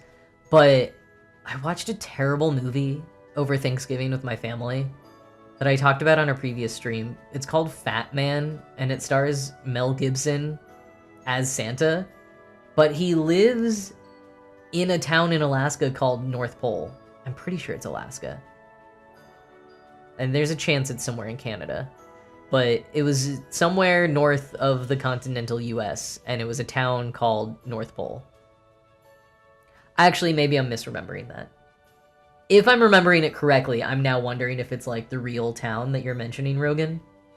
But I'm realizing I might be misremembering it. Huh.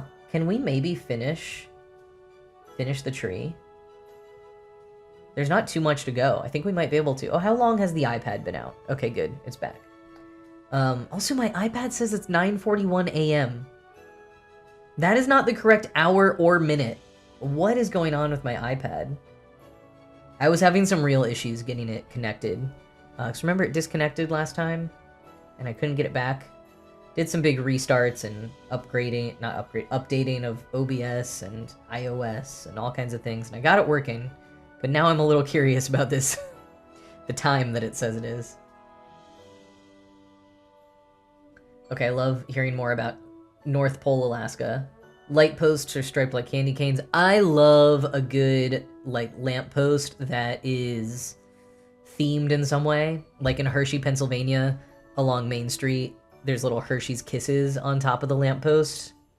I think that's great. I love it. I also love candy cane theming, so I'm very here for candy cane striped lampposts. What else do they have? A place called Santa's Workshop, where they sell Christmas things year-round. Ooh, a reindeer farm. Okay, yes. People sending letters to Santa that go to North Pole, Alaska is something that I do feel like I've heard about, and maybe that's why I was thinking it sounded a little familiar. Candy Cane Lane. Ugh, that's great. Wow. Thank you for telling us all about North Pole, Alaska, Rogan, because I'm very here for that. My hometown in Texas is the Christmas capital of Texas, and I don't think they can compete with North Pole, Alaska. I think they would like to think they can. They do some of that kitschy stuff as well, but, you know, if you haven't renamed yourself North Pole, are you really committed? Are you really committed to the bit yet? Oh, I think I forgot to filter this one for no vocals. I just sort of prefer instrumental only as background music. So where do we start? What happens if I press that? Great.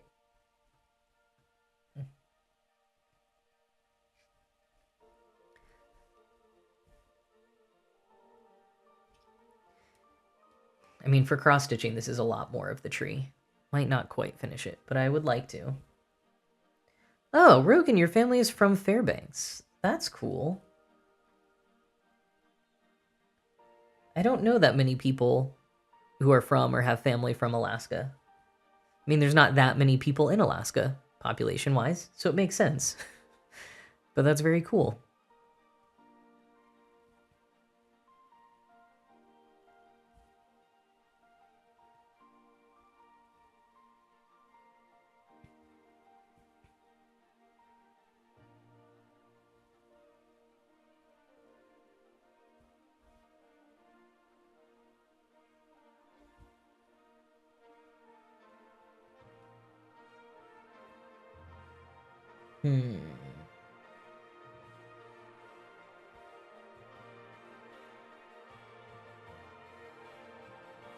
Trying to decide if I want to just keep going straight across.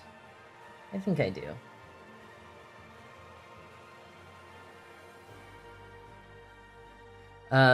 Rogan, I have a similar life trajectory, in that I was born in Michigan, where my family, both sides of my family are from, and lived there for, well, depending on the part of the family, either not quite one generation or many generations. But we moved down to Texas when I was 2 years old. So, like, I went back to Michigan a lot for holidays and summer vacation, and I definitely know a lot about Michigan. I had a Michigan accent for a while as a kid, but I'm not actually from Michigan. I don't know what it's like to, like, live there full time, especially as a kid. But it's, like, a very important part of my family.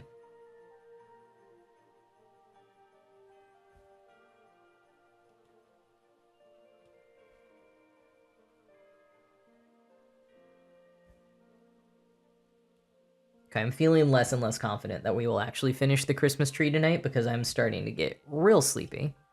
I think it's kind of sleepier music is not helping. It's slightly better.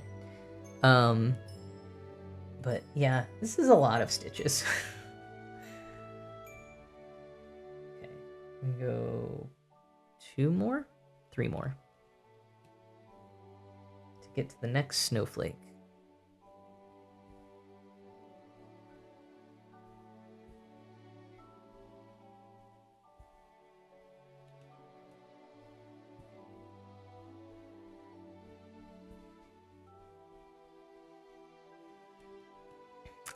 Nelva, I do create my own patterns sometimes. This is not my own pattern. This pattern is by Heather Nugent, and it was, at least at one time, published in the World of Cross Stitching magazine. I don't know if that's where it was exclusively, but you can see Heather's name in the citation at the bottom left of the screen, and then the pattern on the lower right, or the picture, is the pattern that I'm working from. It is late in France, so welcome to the stream. The sleepy stream, as it's becoming. But yeah, so this one I did not design. I do sort of design my own. I am not a designer. I'm definitely not at the point where like I'm designing anything terribly impressive or anything that I would want to share with others and like try to, you know, design test and all that stuff. And I'm not sure that I ever would go in that direction because I'm just not a super like visual artist kind of person. But like gifts that I make for people or things that I want to decorate around my house, I have done my own designs for. I think anything where it's like words and then some kind of border, I can definitely do that. I do that. Although I most of the time for that I look up an alphabet pattern. So I guess I'm not fully designing it myself because I'm using an alphabet. And sometimes I will sort of like pull from a handful of different patterns and mash them together, which I feel like is an acceptable thing to do when I am just doing that for myself or for a gift for someone. If I were to do it on a stream, I would definitely try to like credit all the different artists that I use together. And if I were like buying it, or sorry, if I were like selling that or submitting it to a county fair, a competition, I don't think that would fly. And then I will also, I'm getting a little bit better at designing like pictures of like in patterns. Like this truck and tree, I think I'm getting closer to the point where I could have done that. I use Flosscross, FLOSSCROSS, Flosscross, the website, where you can design your own patterns, and it's a little bit like Microsoft Paint with a grid, and that's what I usually use if I'm designing like pictures of. Actually, it's what I use for every pattern, but definitely if I'm just kind of like freehand digital drawing something, and it's just like pixel art. So I'm getting better at that. Yeah, Nelva, the results are not always like what I would want either. I designed a handful of things for one set of something yesterday. Was it just yesterday? Wow, time has been so long. And I actually felt pretty good about those, but some of them gave me trouble, and I was starting to get really discouraged because I didn't like how they were turning out. So I definitely feel you on that. But yeah, I think if it is just for you, kind of combining patterns is helpful. And like, I will look up samplers or like pattern packs that have a lot of little icons in them.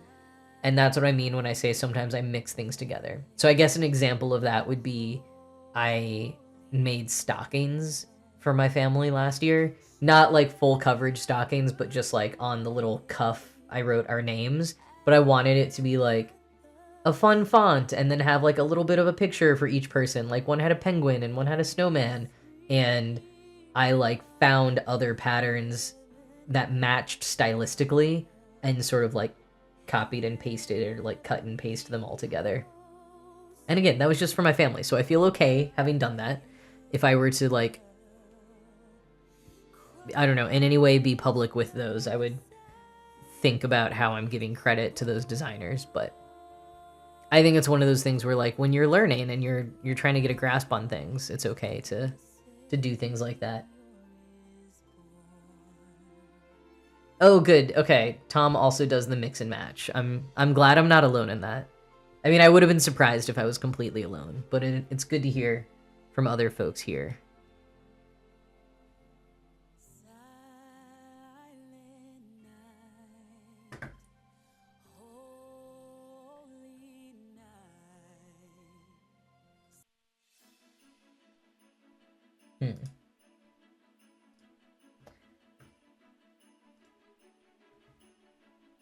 Oh.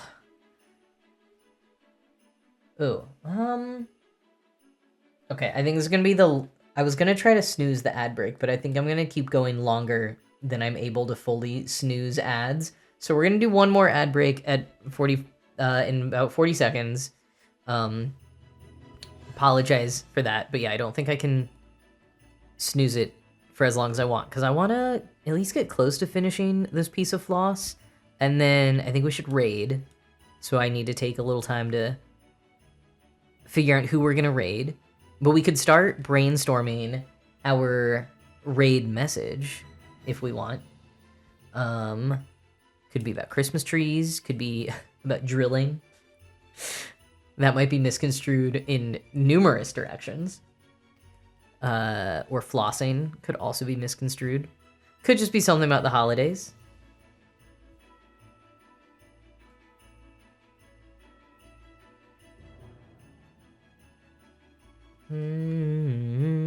Okay. Was almost getting lost on where I'm going with this.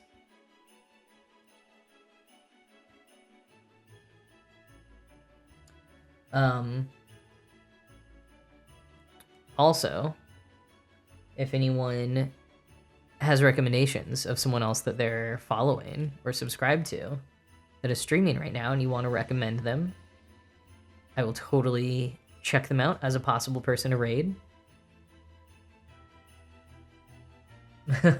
Tom's brain is in empty head, no thoughts, sleepy mode. Mine too. That's why I was like, hey, why don't you all suggest things?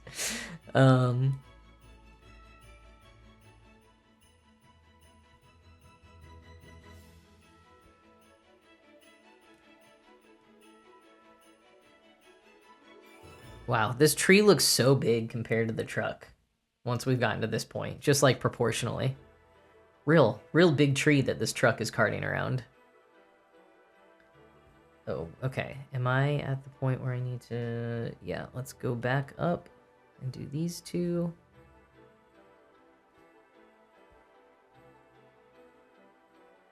Whoa, Meow, how did you add the thinking finger to the awful waffle emote? That's so cool.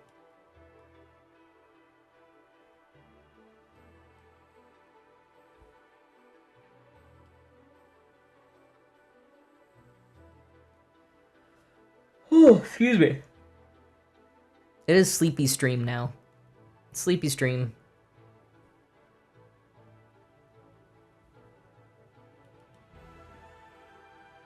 Oh, hey Limical. What's up? Did you just join? I assume because you're saying hello. We're gonna wrap things up soon, so welcome to the end. Ooh, Meow, that's very cool. I think maybe someone has done that once before and I forgot, but that's awesome. Ooh, these stitches don't look very nice all of a sudden. I'm not entirely sure what I did there, but we're just gonna keep going with it. Welcome to the ad break, subscribers who are still here. Yeah, Tom, that's always one way to go, is just be honest about your energy level and your capacity. I was just starting to think that... Sorry, I'm counting stitches. What? Maybe we just say, like, Merry Stitchmas. Since I've been calling this Stitchmas, even though it's not anything spectacular, like maybe it will be next year. But, yeah, maybe our raid message will just be Merry Stitchmas. Or Happy Stitchmas. For any of the Brits here. Joyeux Stitchmas for Nelva. I'm sure that's not grammatically correct, but hey, I'm combining languages anyways. We're raiding before we all fall asleep. That is very truthful. Feliz Navi Stitchmas. Yeah, I'd say pick your language for the greeting part, and then we'll say Stitchmas. Although I am tempted by these sleepy messages as well, because they feel very honest. I am certainly going to be raiding and running.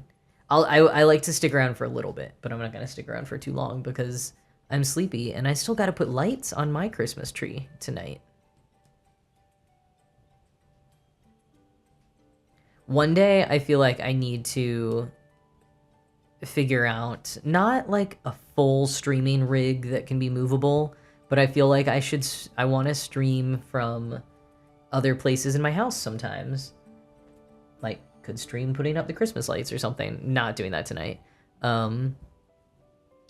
Like, this is such an immovable rig right now. Hey, thank you, Debusa? Yeah, Debusa, thank you for following. Welcome to the stream. Thank you for the follow. But yeah, like, I don't know. There's been a handful of things. Or I talked last week about my library. I have a room that's just a library. What the hell? And I'm not gonna be in this house forever. And I'm probably not gonna have a room that's just a library any other time soon in my life. So I'm like, I need to be sharing this with people somehow. But yeah, I gotta figure out just an easier movable streaming situation. And maybe it wouldn't be cross-stitching. And so that makes it easy because it's just one camera, but we'll see. But yeah, hello, Debusa.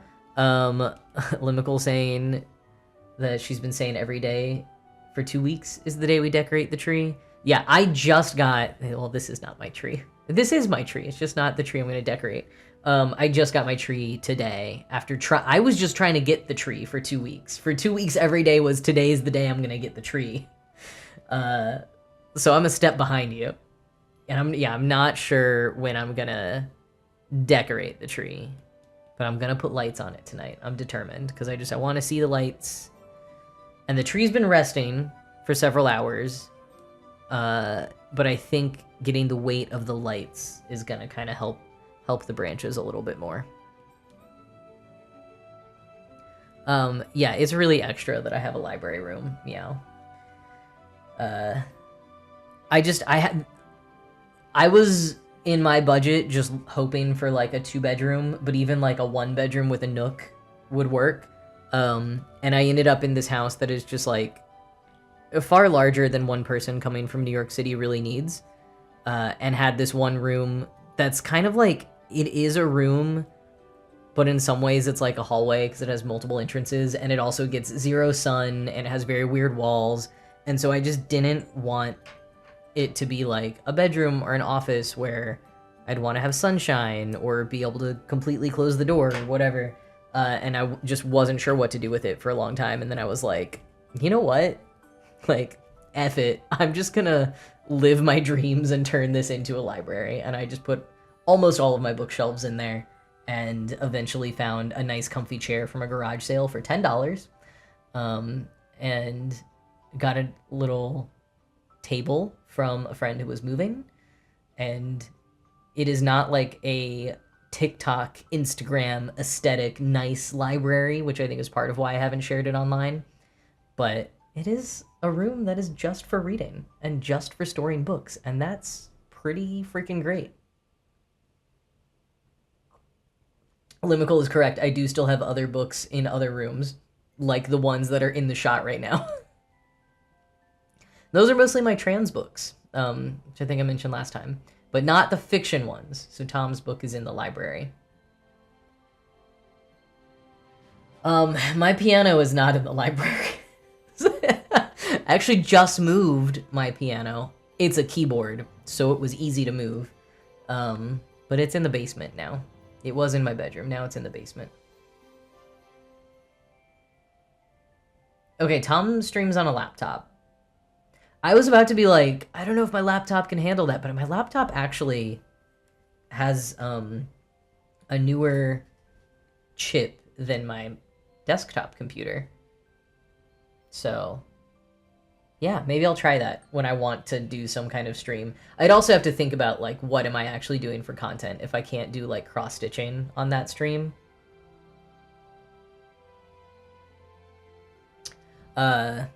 I was originally going to do, for a stream this month, I was going to do, like, wax sealing on envelopes, where you, like, melt the wax and put a stamp into them, because that's what I usually do for my holiday cards, but I just don't think holiday cards are happening this year.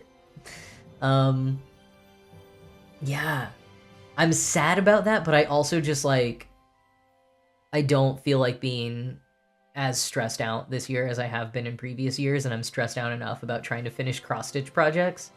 And that's the biggest reason they're not happening, is I decided on too many cross-stitch projects. I think cross-stitch projects and like Christmas cards that I fully make and design myself, and finally having like a job again, it's too much. I can't do all of that. Okay, I think this is as far as we're getting with the tree for tonight, with the whole pattern tonight.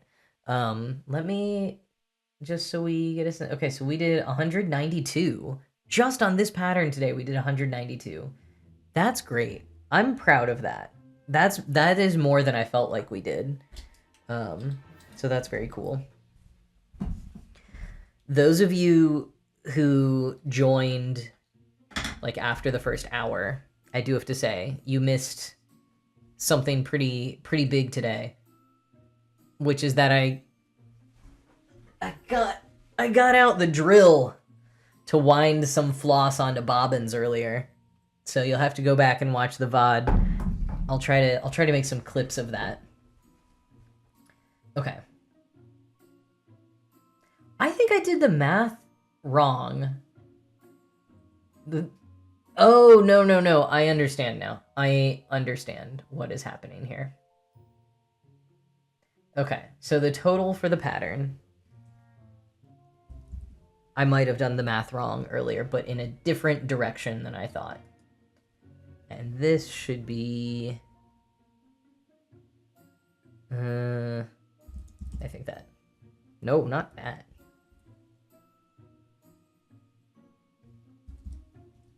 There we go. That's roughly accurate. But just over 200 stitches, including the warm-up today. So I think that's pretty good. And yeah, Tom and Meow, thanks for the support on how it's gone. Okay, so let me start looking up people that we might raid. Wow, this other monitor is so close to my eyeballs right now. So close.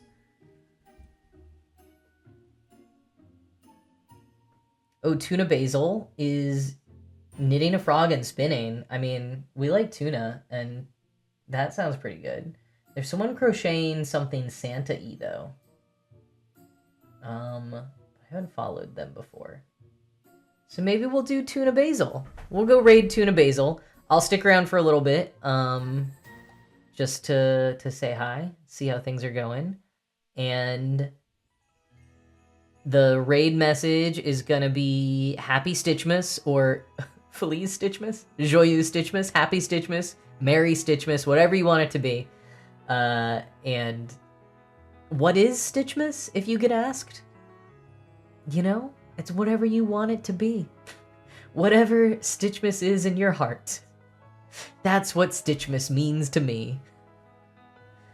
Thank you to Embrassery Geek and Nelva and Debusa for the follows today. You'll be in the spool shelf for next week. So come back next week if you want to see the spool shelf get added to. I am streaming next week. We talked about this earlier. I'm streaming next week, but probably not, or definitely not, excuse me, the week after that, in between Christmas and New Year's. Gonna take that week off. I will make sure that's in the Twitch schedule, because I forgot to do that in November. All right. Thank you all so much for being here on this little cozy and ultimately sleepy stream. Although, you know, we started off not cozy or sleepy by getting the power tools out. Yeah, I brought out the power tools and lectured on the farm economics of 1980s America. You get so much when you tune in here.